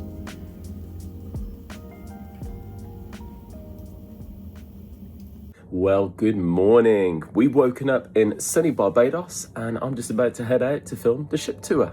That's right, guys, our full ship tour will be released at the end of the series, so if you haven't already, make sure you hit subscribe so YouTube lets you know when it's out. For a change, we headed to the Horizon Buffet for our breakfast. No complaints from us, the food was fresh and tasty. Check out the view, guys. How beautiful is that? Look at that ocean. Oh, it was absolutely stunning. Barbados is definitely one of the best cruise ports on an Eastern Caribbean cruise. Being a disembarkation port, the crew were very busy getting everyone's cases off. And it was really great to see the team looking after the beautiful Arvia and keeping her shipshape and shiny. The walk from the ship to the port terminal takes around 5 minutes, and it's a great opportunity to get a picture of the ship herself. We knew roughly where we were headed, so rather than get a taxi, we decided to take a walk. So we grabbed some water before we headed out into the Barbados sun. Whilst in port, if you're looking for Wi-Fi, Coconuts Bar and Grill is a great place to hang out, grab a beer, and of course do some internet surfing. So off we headed down the road to the Boatyard. We didn't bother booking an excursion, no need, we did it all independently. I see people dressed in costume, food and drinks being consumed, young people walking up, old people jumping up, woman with child in hand, chipping behind a costume van. The walk to the Boatyard took around 45 minutes from the port terminal, which we loved. It was nice to see some of the sights and sounds of Barbados. All color, creed and class, moving together, making mass. Oi, oi, oi, something's happening, and it's so exciting. Alright guys, so you get your bands at the reception, it's $40. Yeah. And what else did it include? So $40 each US. You get a free drink, which is this little stubby bit here. You get access to the beds, to the umbrellas, to the beach, and it includes a snorkel tour if you want to do it. You don't have to, but you can sign up to do it. Sweet. How awesome is that? Let's do this. Let's go. Let's go and explore. So if your idea of a day out in Barbados is sun, sea and sand, this is a great place to head to. As with everything across this series, nothing is sponsored, we pay for everything ourselves, we're only recommending it because we enjoyed it. Now a handy tip for you, if you want a sunbed right at the shore, get here nice and early. It opens from 9 AM and it does fill up pretty quickly. There were loads of sun lounges as you can see, but we did keep hearing announcements saying please make sure you go and get a sunbed because once they're gone, they're gone.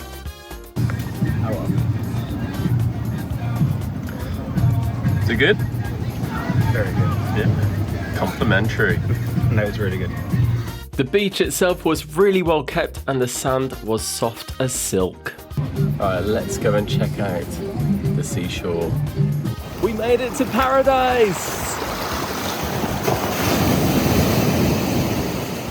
And it really was paradise. The sea was absolutely stunning. We had so much fun just splashing around and enjoying the waves. Included in the resort fee, you could also use the slide and the trampoline in the water. Apart from the steps up to it being very slimy, this was so much fun.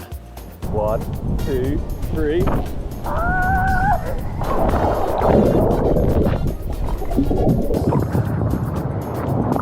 So much fun! As Ben mentioned earlier, included in the $40 fee was a chance to go on a snorkeling trip. The trip itself lasted around 45 minutes and quite frankly, I'd have paid $40 just for that trip. It's great value. If you want to do it, just let them know at the reception desk when you get there and they'll put you on the list, and when it's your turn, they'll call you out over the tannoy. When you first get into the water, it does take your breath away, but it soon warms up. The diving spot itself is a sunken ship. It was sunken because it was carrying illegal drugs, and they did it to teach them a lesson. But look at this beautiful marine sanctuary it's created. As well as all of these beautiful fish, we also got to see a ray and also this huge fish, which I actually thought was a shark. So, we'd recommend this trip to anyone. It was amazing.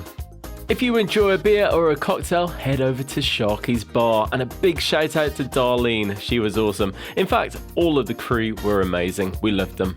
If you enjoy an early morning cocktail, well, you're in luck. There's normally a happy hour from 11 until midday. And when you hear the klaxon, it's free shots ahoy. They're poured directly into your mouth. Food was a little bit expensive at around $20 for some fries and garlic bread, but it was nice. Also included was a free shuttle back to the cruise port, included in the $40. Great value and we'd massively recommend it. If you've got any other questions, let us know in the comments below. Once we got back into port, we headed to Coconuts and picked up a couple of beers and took in the views. In true Get Lost with Ben and Gareth style, we headed to the Sunset Bar to take in a Barbados sunset. We grabbed a couple of frozen margaritas and watched Grand Princess sail away just in time for this epic sunset. We headed to the Glass House for a cheeky pre-dinner drink, accompanied with some acrobatics in the atrium.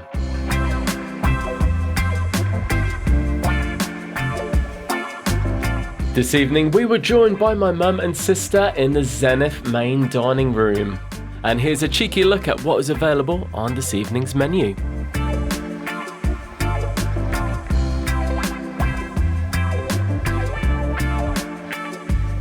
The main dining room menu is included in your cruise fare, but there are a few options available that you can pay a little bit extra for. We didn't bother, but did you? If you did, let us know how you got on in the comments. For starters, we went for the chicken balti samosas. I can't honestly remember having these, but I'm sure they were lovely. My mum went for the plum tomato soup and she said it was very nice. For mains, I went for the prime rib roast and it was really nice and tasty and served nice and warm. We also went for the sirloin steak and this was great, it was a really nice cut of meat. For desserts, we tried pretty much everything. We had the ice cream and sorbet. I tried the citrus steamed pudding and it was very tasty. Ben went for the coconut and passion fruit meringue and he said it was alright but a little bit gelatinous. And Mum went for the cheese board. Nothing special, but it was fine, as expected. Overall, it was a really nice meal, and it was one of the best we'd ever had in a main dining room on board P&O cruises. As we were staying overnight in Barbados, we got this rare sight of Arvia in the port at night. After a tiring day in the sun, we decided to have an early night. The next morning we woke up bright and breezy and headed to the Keys for a cheeky breakfast. We came here most mornings because it was quick, easy and the food was nice and fresh. So, day 2 in sunny Barbados. Oh, it's absolutely gorgeous and we had such a good day yesterday. We are heading back to the Boatyard. Yay, to do it all over again. Yes. Obviously we're not going to show everything from today. Again, there's no point unless anything different happens. But yeah, let's do it. And then later on, we'll show you what else we get up to on this gorgeous ship. Day 2 at the Boatyard was just as good, if not better, than day 1. My sister joined us and we all had the best time. Arvia was joined in port today by Star Clippers. Isn't she gorgeous? If you've ever sailed on the ship before, let us know in the comments what you thought because we are very tempted to give it a try. We are back on the beautiful Arvia. Now, what was your favourite part of Barbados today? We swam with an actual wild manta ray. It just came up to the beach. It was incredible. Cried a little bit. Well, not onto the beach. No, it didn't go onto the beach. It came into the surf though. Enough where I could stand on my feet. And it was just there, but completely natural. It came in and then it left of its own accord. It was beautiful. It was incredible, wasn't it? It went right up to this Canadian guy and basically hugged him. Pretty much, yeah. Canadians are just renowned for being incredibly nice, so it couldn't have happened to a better guy as far as I'm concerned. Exactly. As the years gonna focus on sailors fighting in the downtown. Ooh, look at those cavemen go. It's the freakiest show. After a day full of sunshine at the Boatyard, we headed to the Keel and Cow restaurant. Keel and Cow is Arvia's onboard steakhouse. This restaurant is not included in your cruise fare, so here's a look at the menu with all of the pricing.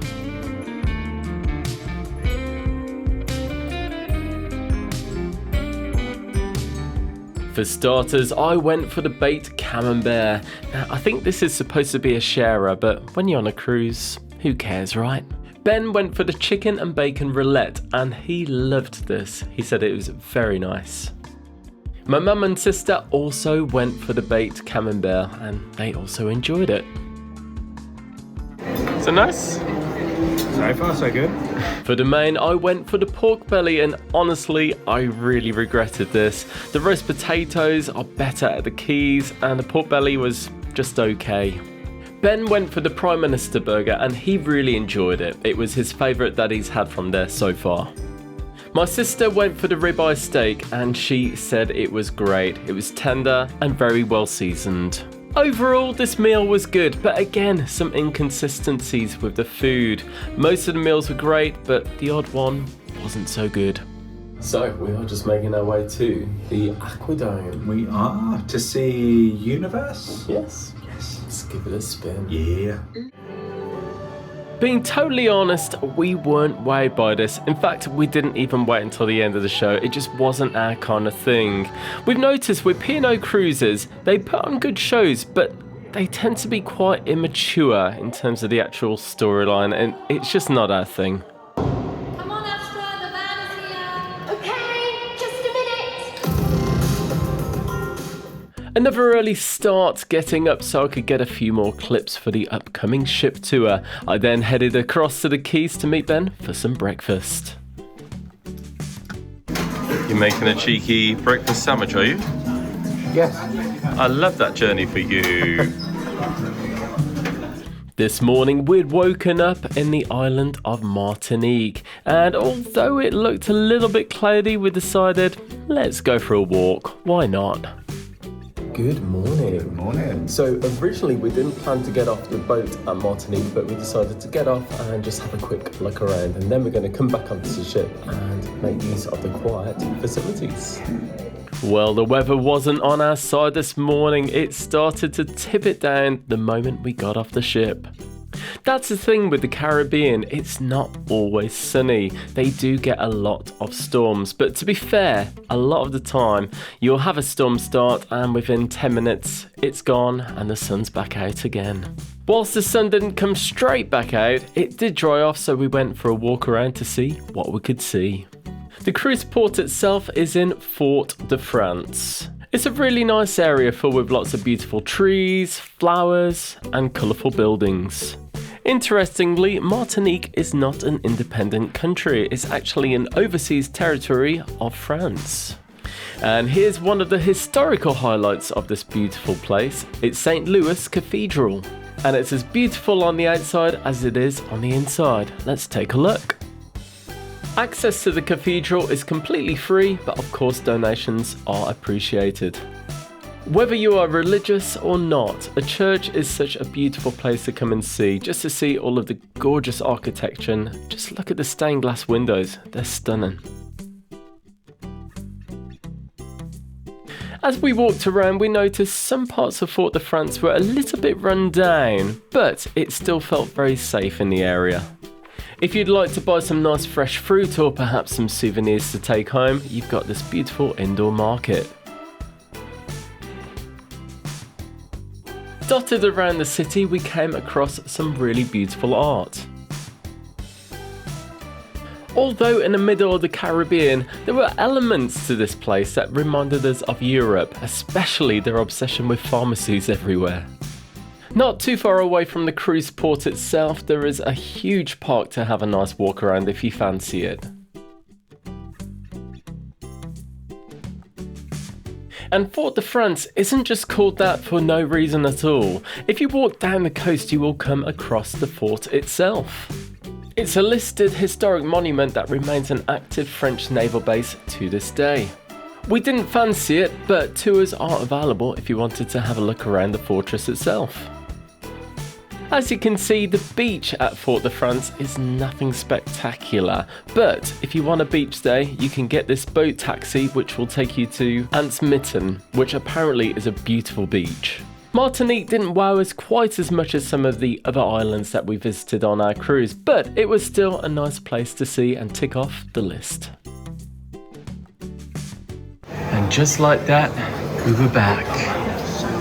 Yeah. Well, that was a nice walk around Martinique, wasn't it? It was, yeah, a nice little exploration. Yeah, well, talking of exploring, we are going to have a look around the ship now and make use of the beautiful facilities. Well, hopefully they're a little bit quieter than usual. Our first stop was the swim-up bar. Whilst we didn't actually go into the pool, it was a nice place just to chill out and have a beer. Now, talking of, occasionally they have some really good promotions. So here, it was buy one, get one free, £5.55 for 2 cans of Bankses, which is an absolute bargain. We then started to get a little bit peckish, so we headed to 6th Street Diner for lunch. As I mentioned before, they tend to switch up the menus regularly here in this restaurant, so have a look at this one. We didn't fancy appetizers today, so we went straight in for the mains. For my main, I went for the double cheeseburger, and honestly, it was so dry. The burgers at Taste 360 are 10 times better. Ben went for the flat iron chicken and he loved this. It was very tasty, really well seasoned. My sister went for the spicy pork ribs and she really enjoyed them. And my mum went for the all-day American breakfast, and again, she really enjoyed it. Ben and I also shared these fries and they were lovely. My mum and sister went for desserts and went for the Mississippi mud pie and also the strawberry shortcake, to which they both enjoyed. So overall, it was mainly hits rather than misses. Maybe it's just me. Maybe I'm just getting over picky in my old age. Swiftly moving on, we made our way across to the Sky Dome for a quiz. Now it turned out the wrong daily planner had been uploaded to my holiday, so it wasn't due to start until tomorrow. A long time to wait for a quiz, eh?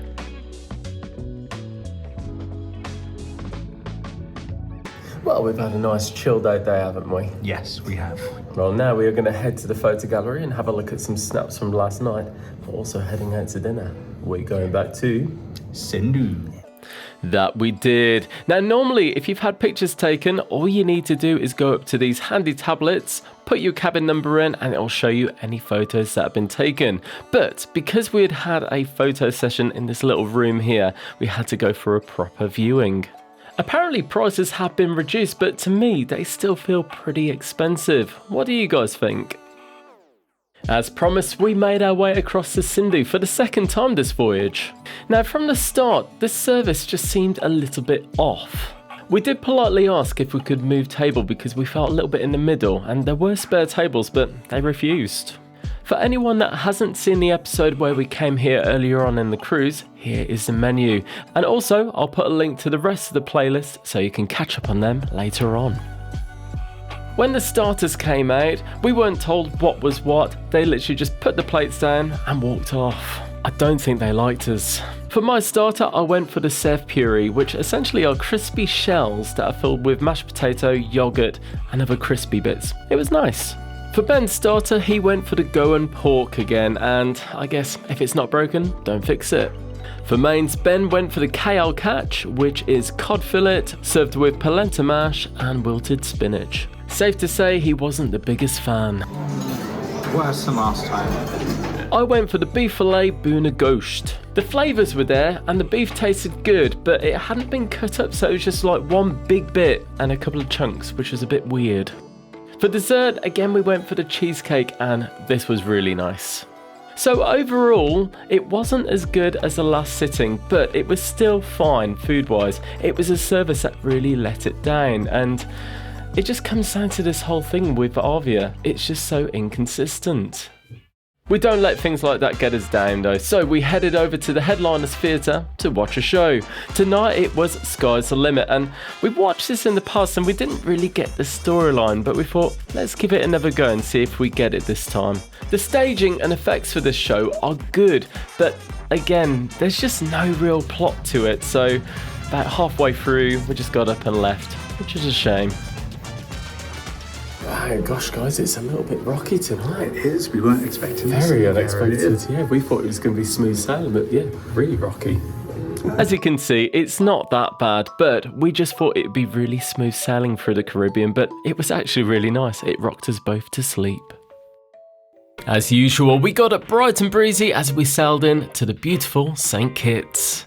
We didn't have any excursions planned for today, so the plan was just to have a look around the local area and see what we could see. We were joined in port today by two ships. We had Marella Discovery 2. We've never sailed Marella. Should we give it a go? Let us know in the comments. There was also Oceana, and that's not going to happen. Way out of our budget. Well guys, I think today the plan is to have a look around St. Kitts and then head back onto the ship and see what else we get up to. So let's have a look what's going on today on the ship. So this is especially for people that are new to P&O Cruises. Every evening you are provided with a copy of the Horizon programme for the following day. It's full of lots of helpful information and of course programming for the following day. Whether it's a sea day or a port day, P&O Cruises are pretty good at making sure there's lots going on throughout the day and the evening. One thing of particular interest is the sail away party at 5:30. I think we might try and go to that and see what it's all about. I'm back in the laundrette doing my thing, and I've just been ironing my shirt thinking, I'm not getting anywhere. Such a schoolboy error. Always make sure this green light is on. It goes off after a couple of minutes, so you have to just press it again to illuminate it, otherwise this thing won't work. And there we go, we are St. Kitts ready. Let's go and get Ben. Here he is. Hello. Yay. You ready for St. Kitts? I am, but I don't do anything. Knowing our back on board time, we headed out. Before we left the ship, we did of course have some breakfast. I've shown you breakfast in the Keys like a million times this series so far, so if you haven't seen the other episodes, make sure you check them out at the end of this one. I'll put a playlist link at the end of the video for you.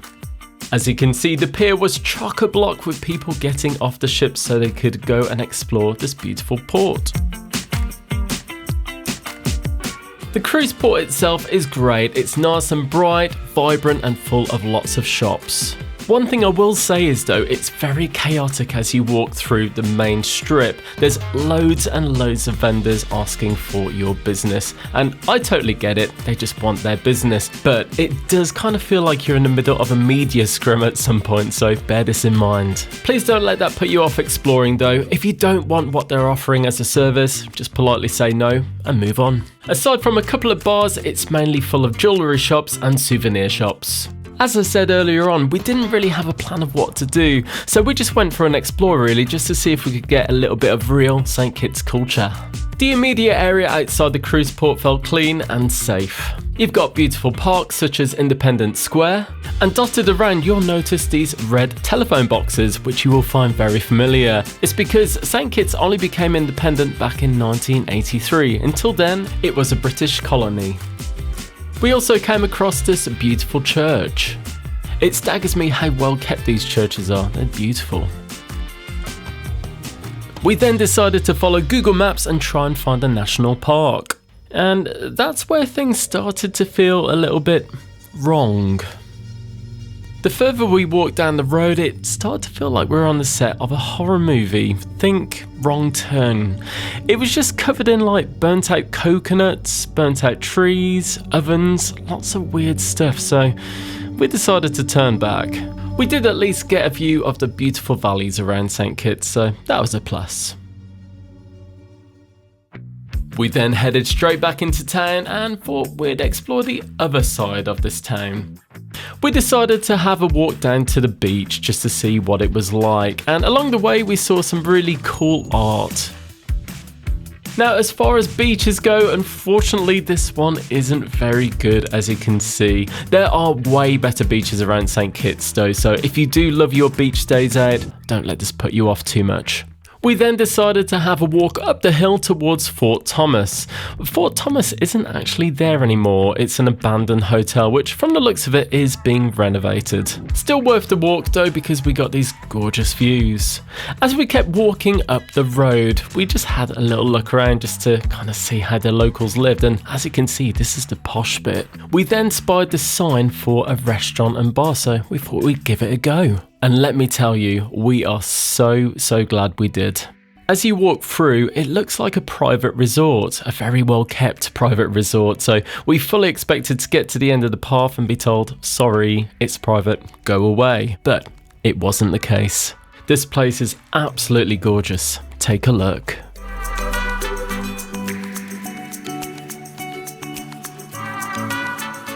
Oh, how gorgeous is that? I wish we were there right now.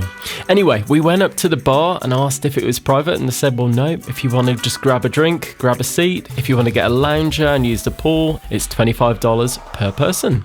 We opted to just get a couple of drinks at the bar and some food, as you'll see shortly. They were so nice and well worth every penny. If any of you guys want to check this out, if you're visiting St. Kitts, what I'll do is put a link in the description which will take you to their website. They did say that it is worth emailing beforehand just to reserve a space because it can fill up.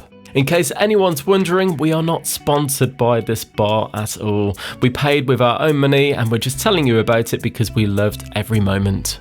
There were people from the ship already there, and I'd assume they'd gone there on an excursion, and I bet it was a lot more expensive than what you'd pay if you were just doing it by yourself. Here's a cheeky look at the menu, and it was fairly expensive, but the quality was there. Take a look. This is the braised arancini. In a word, yum. And here's the fries with the added truffle. Real truffle, guys, not powder. And these are the barbecue fried chicken wings, and they were so tasty. Oh, I'm salivating just thinking about them. And the beer was good too. After a fair few cocktails and beers, we decided it was time to head off. And here's a little look at the gardens. They are so well kept. It's a gorgeous resort, so we'd strongly recommend checking it out. Well, what a turn of events. From wrong turn to paradise. We are so glad we found it.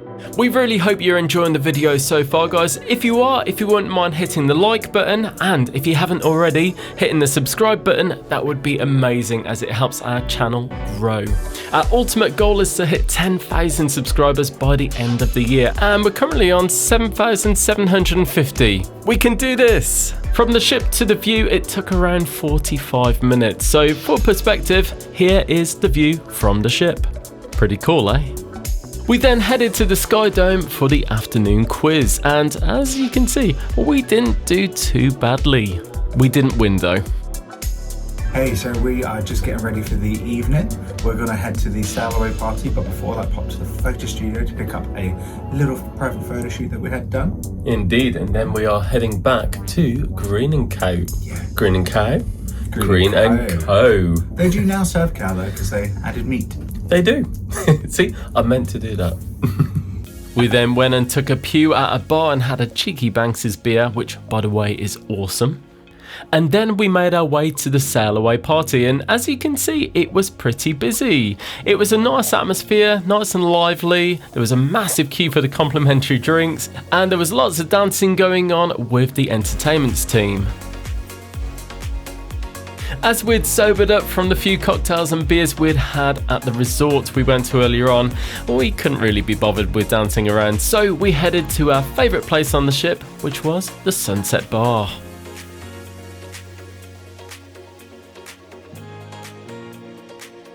The Sunset Bar really is the place to be for sail away, and of course an epic sunset.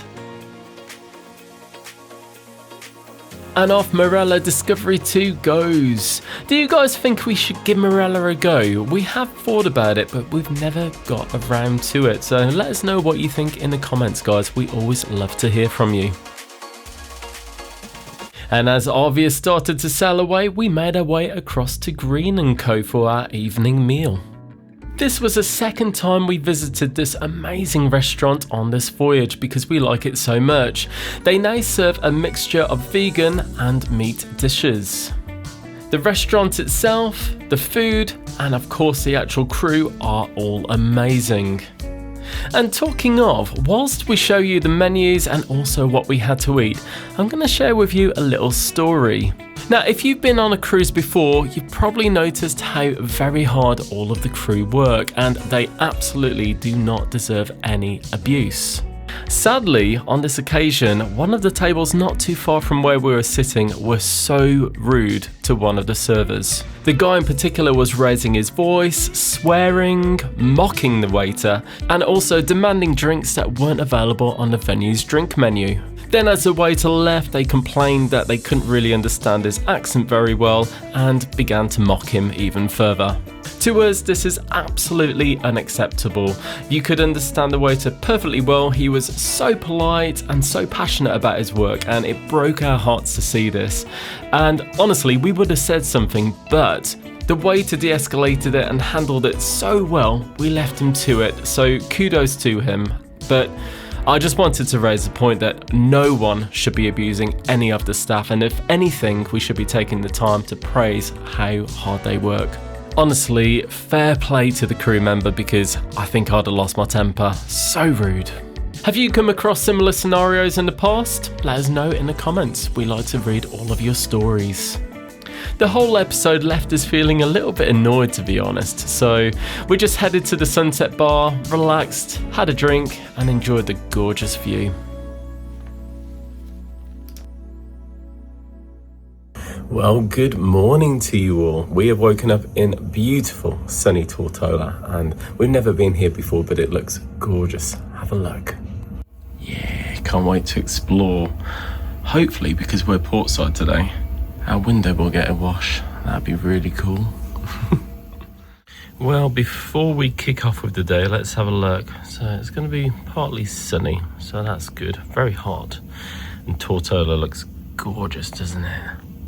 Can't wait to explore. We're going to be on an excursion to a place called Jost Van Dyke, and it looks absolutely lovely. But as you can see, even for those that are staying on the ship, there's still a fair bit to do. Not quite as much as what you'd see on a sea day, but to be fair to P&O, they do a good job. Hey, good morning. So we are just going to head around the ship and just take a look at some of the views and then go for breakfast before heading out to Jost Van Dyke. Yay! We can't wait. Home of the soggy dollar bar. Indeed, this is the one we've been waiting for, so stick around. Oh, just look at this. It's like a scene out of Moana. This island is absolutely stunning. Take a look.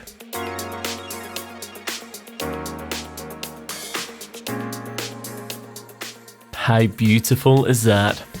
Anyway, we knew we had a long day ahead, so we headed to Vistas for a proper coffee. Not included in your cruise fare, but to be honest, the pay-as-you-go pricing is more than fair. It's pretty much what you pay on the high street, if not a little bit cheaper.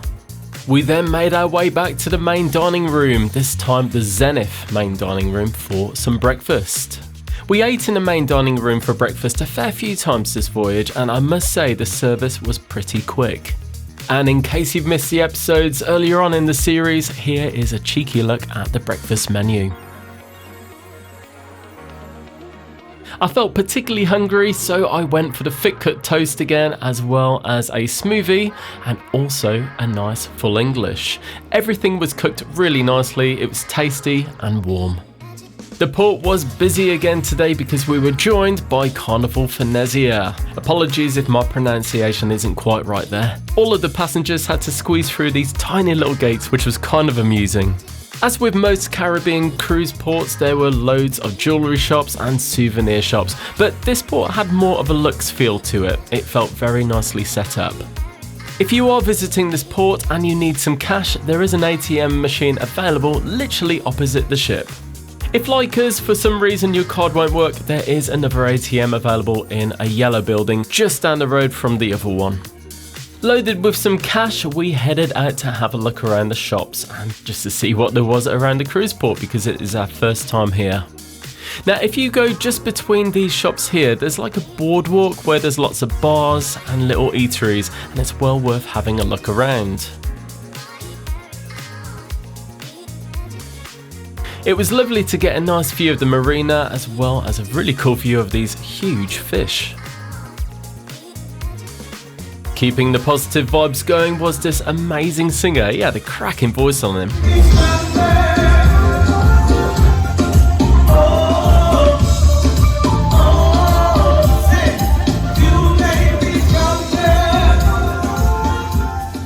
Yeah, you sing it, mate. You rocked. I love this little buzz as well. How cool is that? Whilst we were admiring the beautiful ship that is Arvia and also the gorgeous scenery, it happened. It absolutely threw it down. Crikey.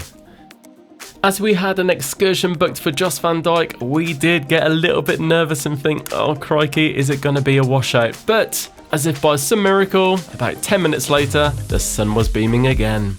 Being an excursion, we were given bands so they knew who was supposed to be on there, and then our little boat came in to take us to this absolute paradise. I can't wait to show you this, guys.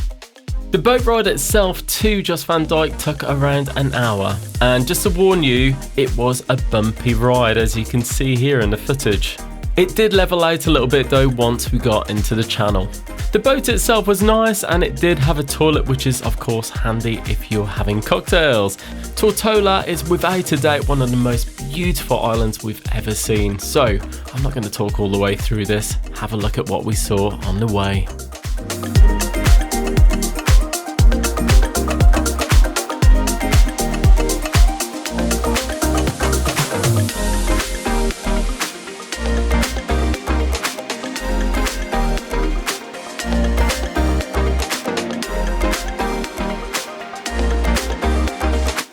When we started to arrive at what looked like the jetty where we'd get off, we started thinking, well, this doesn't look like the pictures, what's going on? Well, we didn't know, but there was also a little minibus ride included as well, but this was nowhere near as long. It took around 20 minutes. That was a bit bumpy, wasn't it? It was fun. We're just gonna get a bus now over to the main beach. That's right, we made our way along these hilly, narrow roads, but oh my gosh, wait till you see this, guys. It was so worth it. Take a look. Gosh, if heaven was a place on earth, this surely would be it. I mean, look at that water. It's crazy. The excursion included use of a sunbed and umbrella. It also included a drink and also a light lunch, which we'll tell you more about later on. Wow, this place is absolutely stunning. It's really busy, but completely understandable because everyone wants a slice of paradise, don't they? They sure do, and we got it in spades. Well, we made it, sweetheart. Jost Van Dyke. Excited, right? Yeah, we need to find the soggy dollar bar. We do. It's at one of the end, isn't it? Until then, cheers. Yeah. We'd seen this place on a show called Below Deck in the past and we couldn't wait to visit it. Talking of, are you Team Kate? Let us know in the comments. If you know, you know. Anyhow, the Soggy Dollar Bar, it is an institution in Jost Van Dyke. The story goes essentially it's a bar where people used to sail up and swim into shore, and because they'd swam in the water, their dollars were, of course, a little bit soggy, hence the name Soggy Dollar Bar. They are known for their cocktail called the Painkiller. At $10 a pop, they weren't too bad. Quite frankly, they could have charged whatever they wanted on this beautiful island. Walking along this beach was absolutely stunning. It was like walking through dust, in a good way. And the water is absolutely crystal clear. I mean, look at that blue. And if you walk a little further down the beach, it is way less crowded and you get some beautiful views. So Ben's just gone up this little stairway, so let's have a look at what he's found. Well, it's no surprise that the ultra rich with their beautiful yachts come and visit this absolutely stunning beach. Just look at it.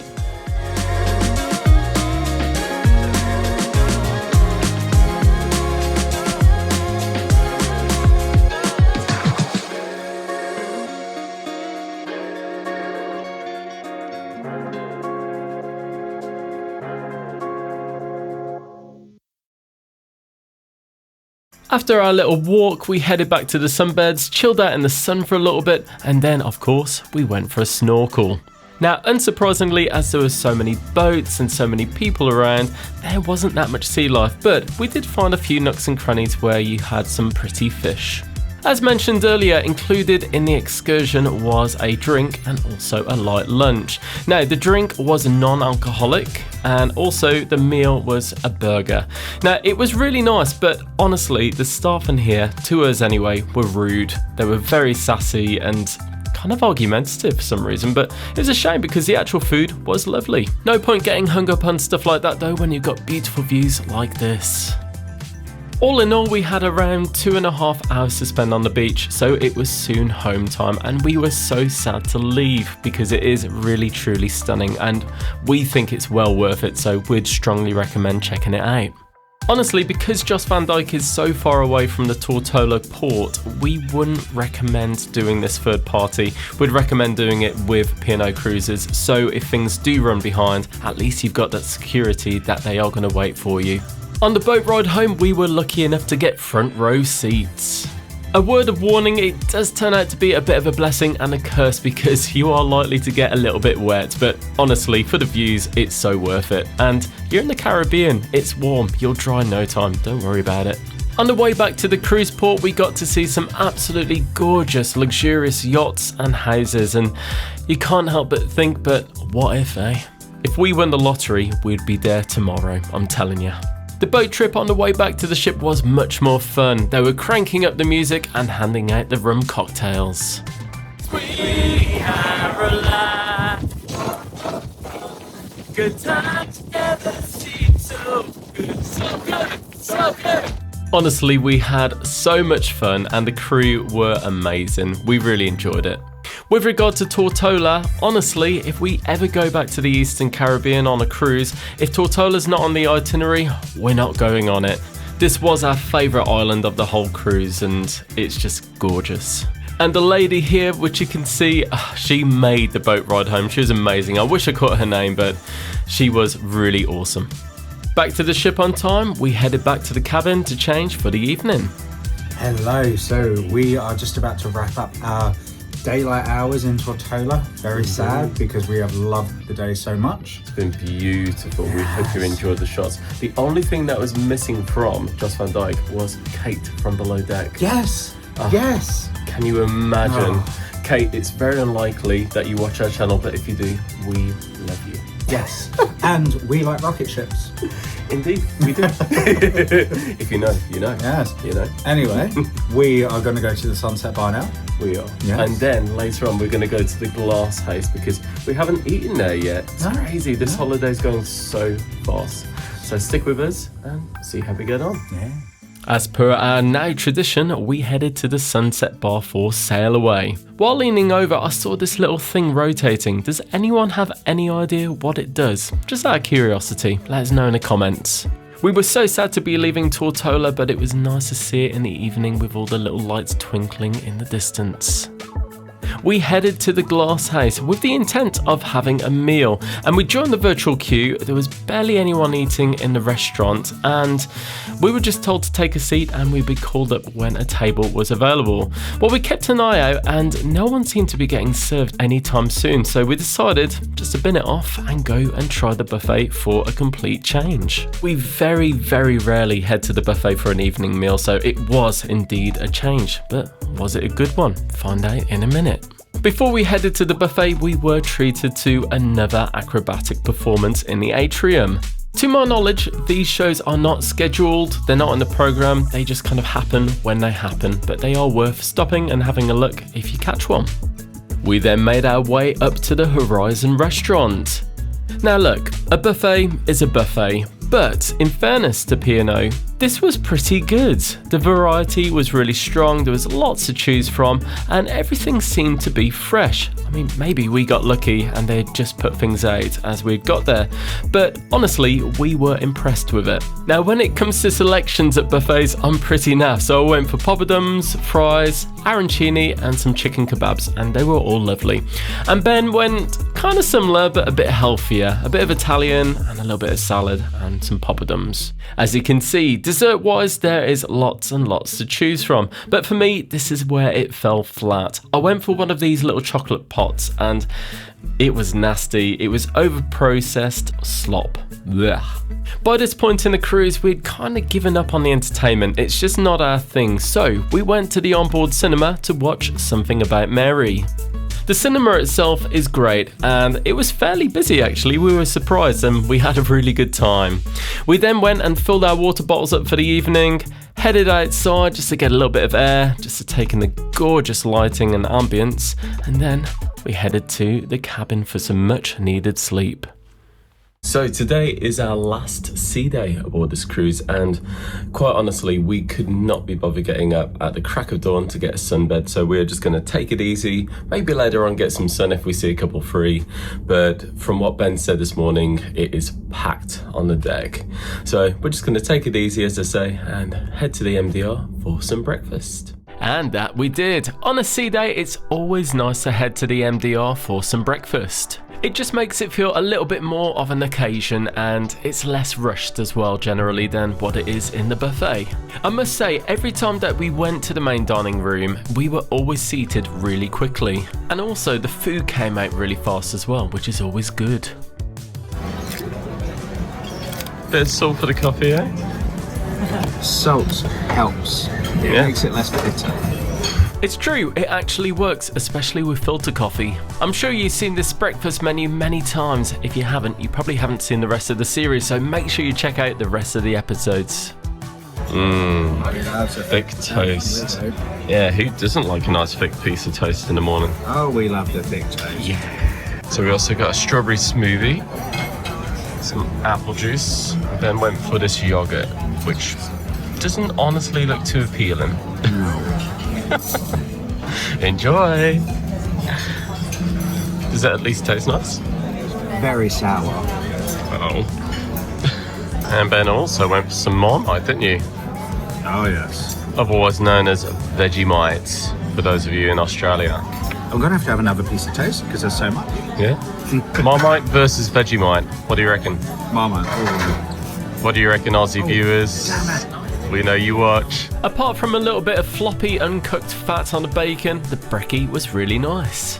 Breakfast with a beautiful wake view is always welcome. We then had a walk around the open decks just to see how busy it really was, and as you can see, it is absolutely packed even though it's cloudy outside. This was filmed at around 9:30, and as much as you weren't going to get a sunbed very easily, it was nice to see that there wasn't a lot of this. Most of the sunbeds that had been reserved were being used. We then made our way inside the atrium for a cheeky Costa coffee at Vistas. Not so long ago you were able to get coffees to go, but it's no longer the case. If you want to get coffees to take away, you do need to buy a takeaway cup. Either that or remember to bring a takeaway coffee cup from home.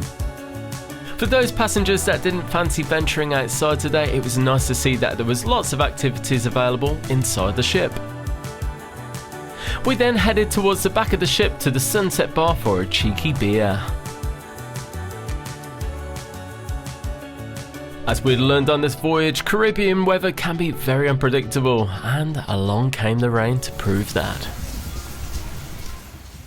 We started feeling a little bit peckish, so we headed to the glass house, and we were able to get a table very quickly.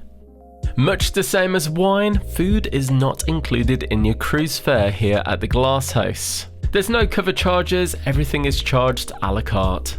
The menu is reasonably varied. There's a nice selection of tapas and also trios, as you can see here. Of course, while here, we had to indulge in a little bit of wine. I went for the beef trio, which included braised veal cheek, roasted shallot and coffee beef short rib, and pulled oxtail bonbon. Ben fancied some tapas and went for the lamb cutlets, tuna tartare, and the spicy fried chicken wings. Though slightly cool by the time it got to the table, he did enjoy it overall.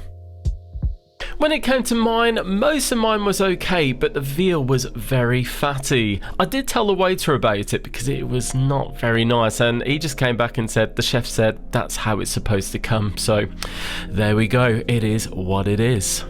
That aside, we'd probably give this restaurant for its food 6 out of 10. It was reasonably tasty, but came to the table a little bit cold. One of the things that I hadn't got round to trying yet was the infinity whirlpools that can be found on deck 8. As the sun had come back out to play, I decided to indulge.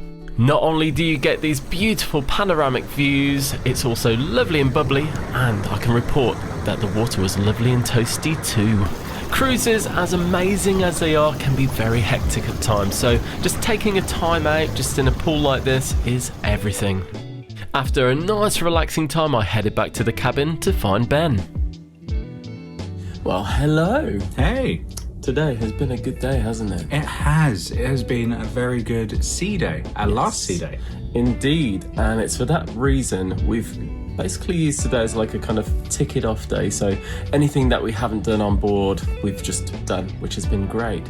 And aside from that, we went on Deal or No Deal. Did the break the bank a bit at the very end of the game. Yes. Very excited. It's very cool. Basically, what happens is at the end, they'll pick people out at random, and you get a chance to pick between numbers 1 to 15. And if your box has a pound symbol in it, you win £500. Simple. And lo and behold, I was the third one to go, picked number 9, and it had the pound symbol. Yeah, bless him. It was so excited. He almost cried. I did actually cry. It was very sweet. It was tears of joy. Yes, and just disbelief and crazy. Yeah, it was lovely. So yes, very grateful for that. It's brilliant. And in case anyone's wondering, was it a fix?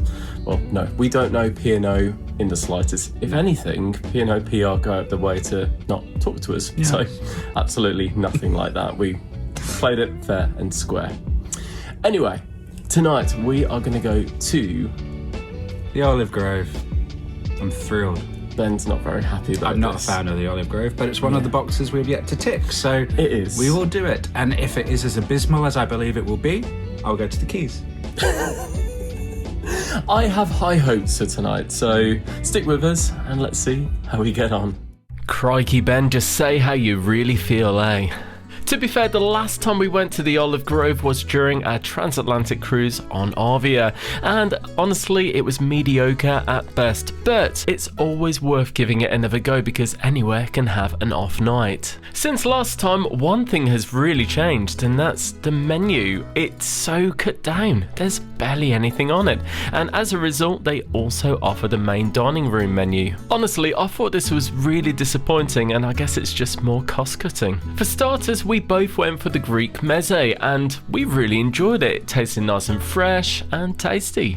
Well presented too. For mains, I went for the lasagna, and as you can see, it was ultra cheesy. It was served nice and hot, and it was really nice. Ben went for the Greek lamb flatbread, and honestly, he was not a fan. The lamb was okay, a little bit chewy, but the bread itself was really stale tasting. It tasted like it was a day old. It's a shame really, as the starter was so good, but I guess it's just proven the point that Ben is not a fan of this restaurant. So we ended up going to the Keys just to top up with a bit of fish. Then after that, we went outside for another beautiful sunset at sea at the Sunset Bar.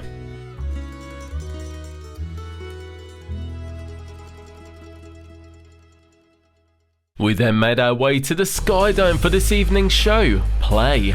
It's a good show to be honest, lots of great singing, dancing, great set design and lighting. Here's a few clips.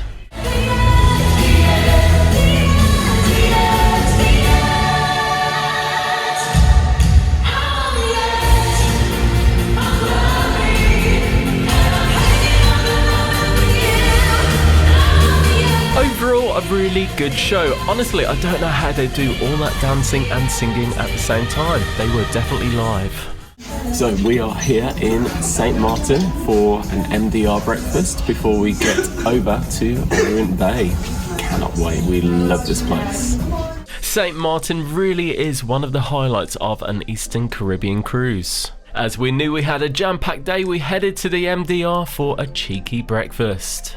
Breakfast with an ocean view, what's not to like? When it comes to breakfast, we are pretty repetitive as you can see, but if you like it, you like it. Fully fueled for the day, we headed back to the cabin just to pick up a couple of bits and bobs, and off we went to St. Martin. Let's head to Orient Bay. So on this occasion, we had paid P&O Cruises for an excursion directly to Orient Bay. Orient Bay is an absolutely beautiful beach, as you will soon see. I would always recommend booking an excursion directly with P&O Cruises though if you are venturing here, because it is on the other side of the island, and because it's a fair distance away, if you did get stranded it would be difficult to get back, and if you didn't get back on time you might miss the ship.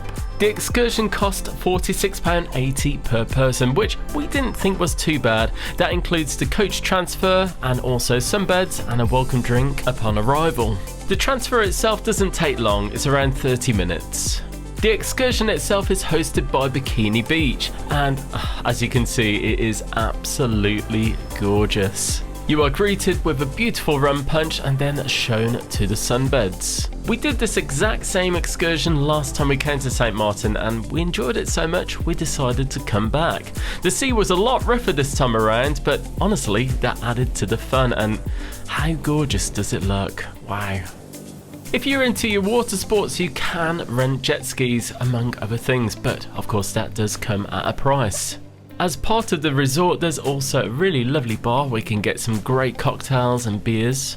There is also food available. Unfortunately, we weren't able to try it because the restaurant didn't open until 12 midday, and because we had to leave at 12:30, we weren't likely to fit it in. It's a shame really, because the menu looked great, and who wouldn't want to sit down and eat and take in the sights like this? As well as taking a little bit of time to relax, we also had so much fun in the surf. These waves are crazy today. Woo! It was way calmer last time, but I kind of like it because it adds something different, you know? Look at this bad boy. Whoa! Oh, we had the best time. Now, even if you're the best swimmer in the world, it can be dangerous, so do take care. After all of that high energy fun, we decided to head to the bar to try out some of the cocktails. Pricing was pretty reasonable. It tends to be around $10 to $12 per cocktail, which honestly is more or less the same as if you're in London. And let's face it, with views like this, they could charge whatever they wanted. The cocktails were really nice, they tasted amazing, but the wasabi one I had was very fiery. Definitely got wasabi in it. Definitely. If you ever visit this great bar, these local island beers are well worth a go. The downside to booking an excursion is, well, the time you get at the beach is pretty short. We had about 3 hours and we could have done with more, but there we go. When we got back to the port, we decided to go for a wander around because we knew there were some beaches pretty close to the cruise port. The walk to the promenade didn't take long, it was around 15 minutes.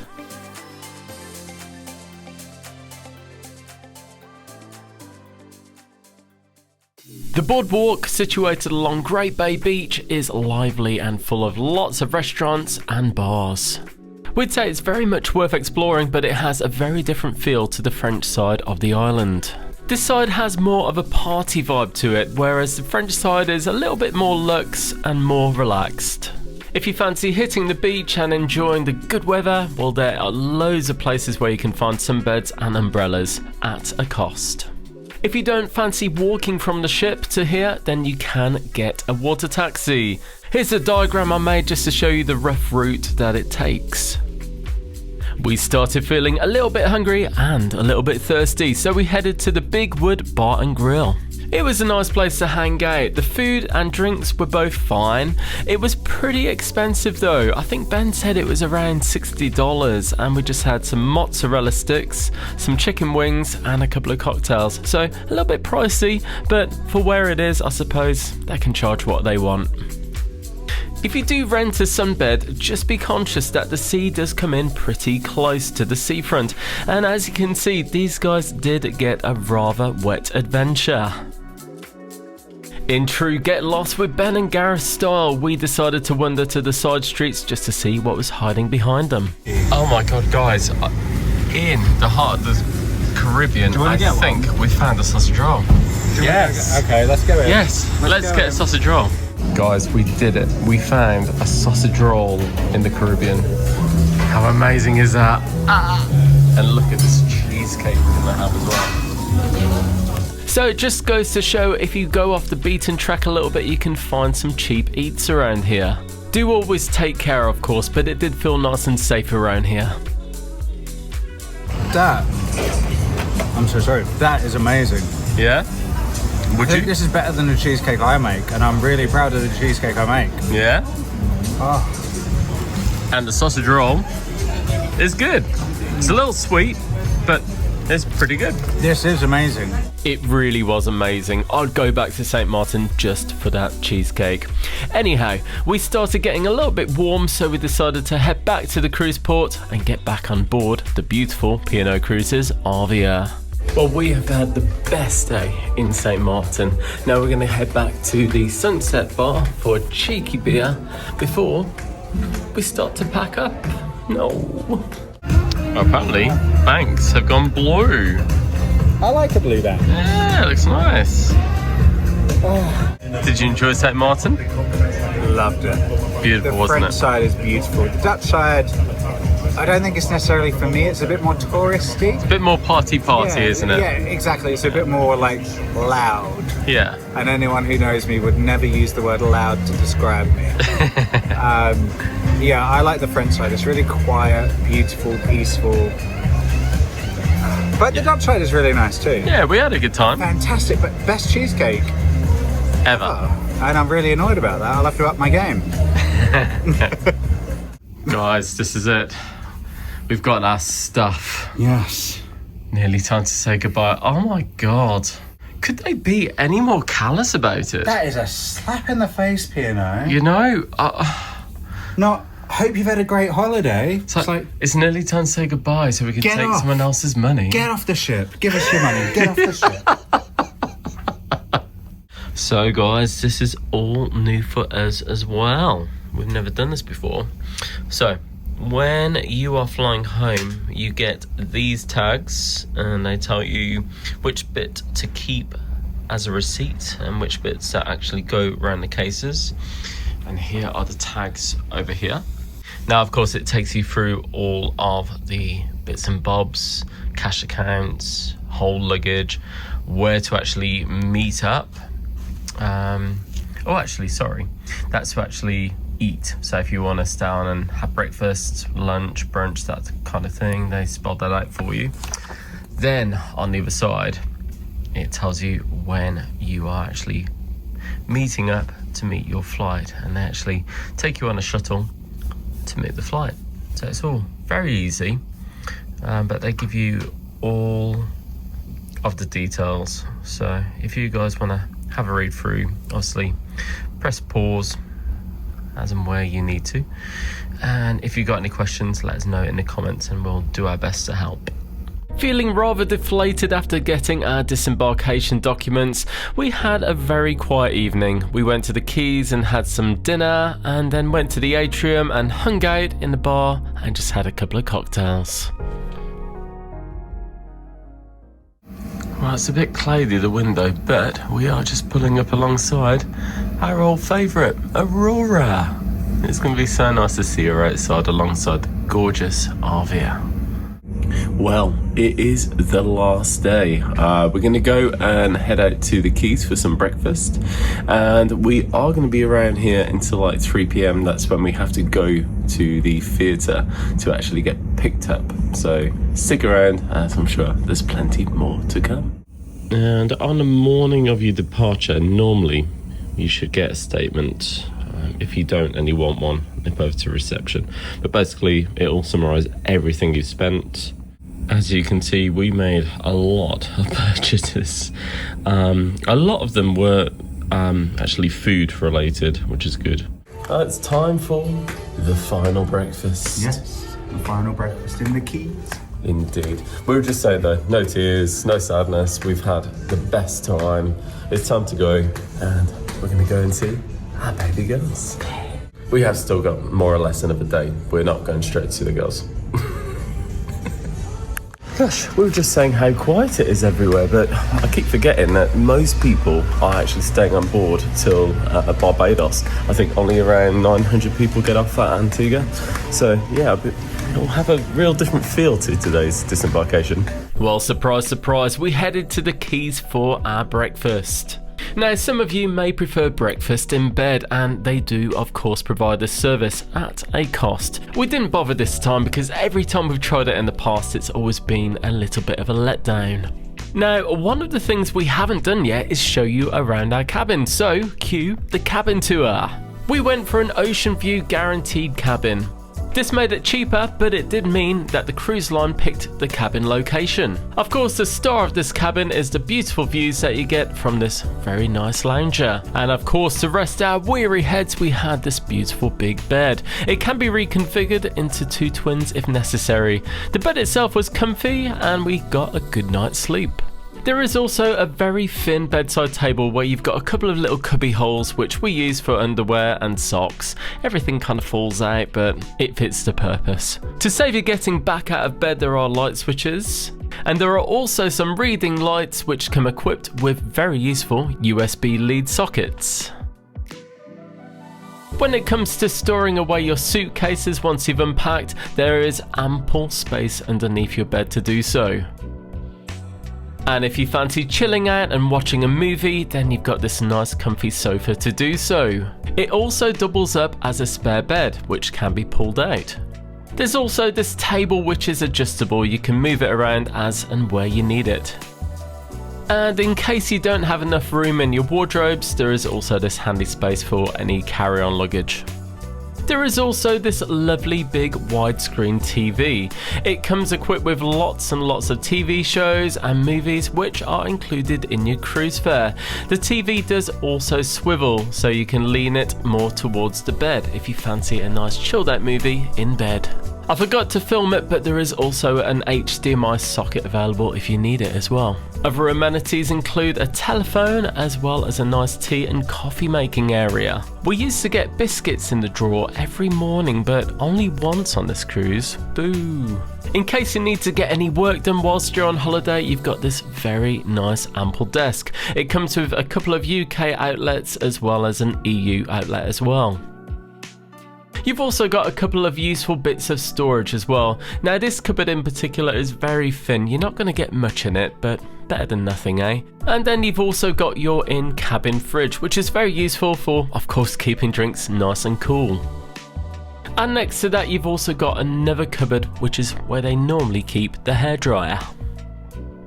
And then towards the back of the cabin, you've got your wardrobes, one of which comes fully fitted with a beautiful full-length mirror.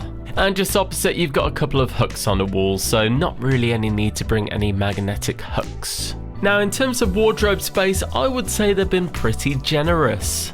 Behind the mirror, you will find a safe. Now, the safes aren't huge, but more than enough for like wallets, keys, passport, that kind of thing. And beneath the safe you'll find lots of shelving, which is great for t-shirts, jumpers and jeans. And then next to that you've got your full hanging wardrobe. At the top you'll find your life jackets, which of course are very important. You do get a fair few hangers, but if you need any more, just ask your room attendant and they will help. We had more than enough room for our 2-week vacay. On the back of the main cabin door you will find emergency instructions should there be an emergency on board. This will show you where your muster station is, so pretty important. Also, before any power will work in the cabin, you have to put a card into this little slot. There is also a master light switch as well. If you fancy taking it easy and having a lie-in, make sure you put this magnetic sticker outside your cabin door, or if you've gone exploring, switch it around so the cabin steward knows to make up your room. If you need a little bit of heating or air conditioning, the main unit is by the bathroom door. And if it's feeling pretty warm and you need a quick blast, just press this little snow icon and it'll give it a quick chill. Now let's check out the bathroom. So on the door itself there's a couple of hooks, which is always useful. In terms of size, the bathroom isn't huge. You're not going to be able to swing a cat around, but there is more than enough room. As you can see, there's lots of shelving, towel racks, of course the toilet itself, a nice big mirror which is also illuminated as well. The shower had a really good pressure to it, and as you can see there's loads of grab rails in here because this cabin is actually semi-accessible. Also there was a nice sliding door rather than any nasty shower curtains. The cabin and indeed the bathroom was kept lovely and clean. The only thing to point out was this bit of mould in the inside of the flooring, which wasn't particularly nice to look at, but it's just one of those things. And in the shower cubicle itself there was also a fold-out chair. Also provided by the White Company is some shower gel and shampoo. Now another quirk that this semi-accessible cabin has is this doorbell. Ben actually pressed this on the first morning of our cruise and it scared the life out of us, but of course it is fitted for people with hearing or visual impairments. The buzzing, I believe, is a bed shaker, and also of course the flashing lights are to alert people that are deaf that there's someone at the door. There's also a flashing light available in the bathroom as well. I love that cruise lines have systems like this in place for people that need them. This was a great cabin and we would recommend it. A bit more expensive than an inside cabin, but generally a lot cheaper than a balcony. Well, that's it. We're all packed up and we're going to take our carry-on luggage over to the theatre so we can just enjoy the day around the ship without worrying about our luggage. Yay! It's been so good. It has. It's been a great holiday. Lovely room as well. Really nice liked room, the really cabin. spacious. We love the outdoors. Yeah, we'd recommend them, definitely. Right, let's go for a wander around and drop off this luggage. That we did. We made our way to the headliner's theatre. When you get there, you put your cases onto a seat and take a raffle ticket, which coincides with where your case has been left. It would have made sense for the entrance to be on the lower deck, so you could walk through with your cases on the slope rather than having to take them down the stairs. Not a problem for us, but I imagine some people may have struggled. Oh, here's a little Aurora. If you didn't catch our Aurora series in Norway, definitely check it out at some point. It's so lovely. Aurora's a really lovely ship. That she is, and we have thought about coming back to the Caribbean and sailing on Aurora instead. Arvia is gorgeous, but the whole sunbed dash, we got over it pretty quick, so I don't imagine it's the same on a ship like Aurora. If you sailed on Aurora in the Caribbean and you know what it's like, please let us know in the comments. It would be interesting to know. We then got off the ship and went for an explore around the port. Thanks to one too many cocktails here at Rum Runners last time we were in Antigua, I can't remember exploring the port at all, so it was good to have a look around. It's a nice enough place. It's the same as pretty much any other Caribbean port. You've got all of your jewellery shops and souvenir shops, that kind of thing. So we just had a little look down the side streets just to see if there was anything of particular interest. And apart from the beautiful trees and colourful buildings, there wasn't really much to see and do, in our opinion anyway. We did come across this really beautiful shot of all three ships that were in port today. And we also came across this very pretty little cafe which overlooked the harbour. If you buy a drink, then you can use their free Wi-Fi, which of course is very useful, and you also get this very nice view of the ships. Whilst there, we also spotted Emerald Azura, and she looked gorgeous. Have you ever sailed on this one? Let us know in the comments if you have. We then headed back on board and set up camp in the atrium, as we had now had to give away our beautiful cabin. Feeling a little bit hungry, we headed to 6th Street Diner for our last lunch aboard. I really like that the menus in this restaurant vary so much. For starters, I went for the chicken strips, which were lovely. Ben went for the pretzel bread bites, and as you can see, they're not really bites, and it was a bread roll covered in soy sauce. Very odd. For mains, Ben went for the mac and cheese, which he said was alright, nothing special, but it was fine.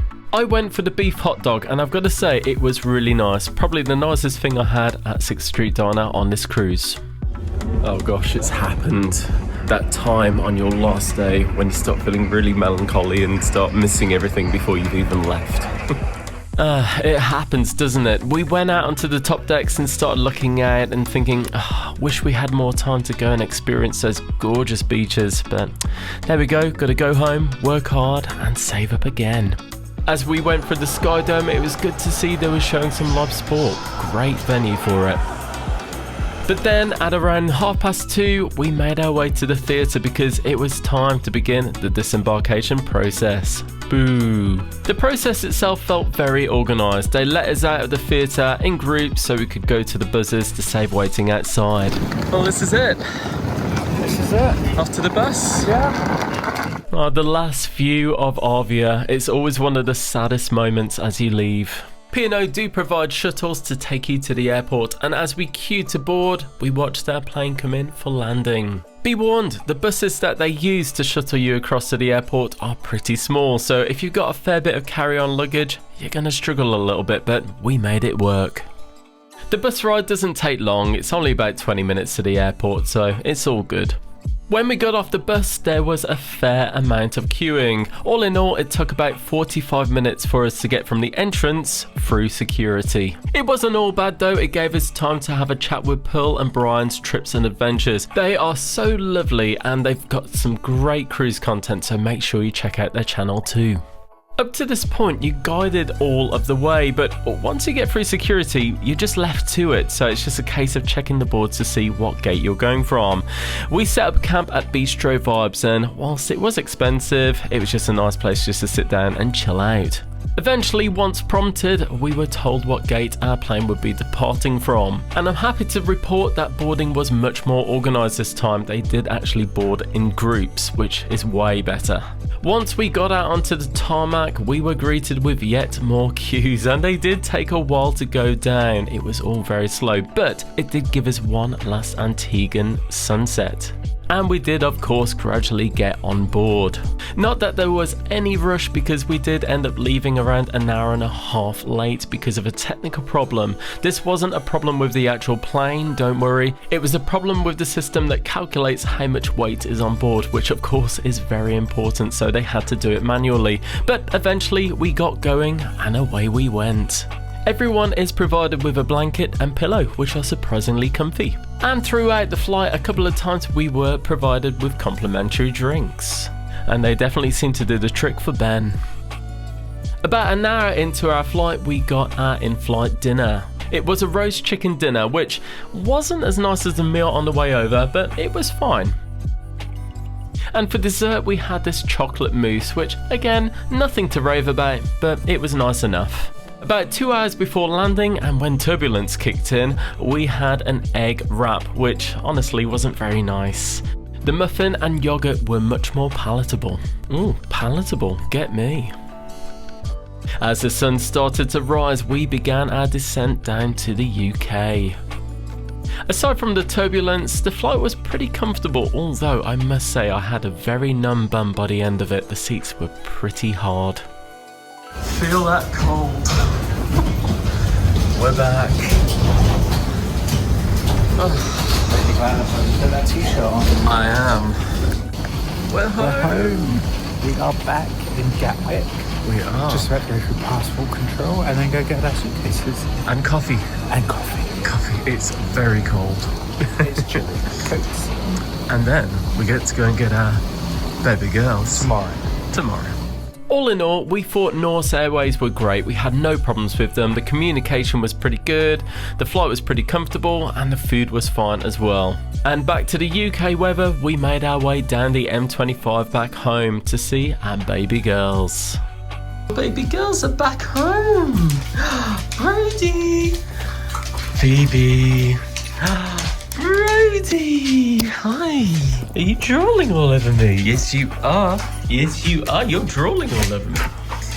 We love cruising, but it's always great to get back home to be with our girls and just cuddle up on the sofa and chill.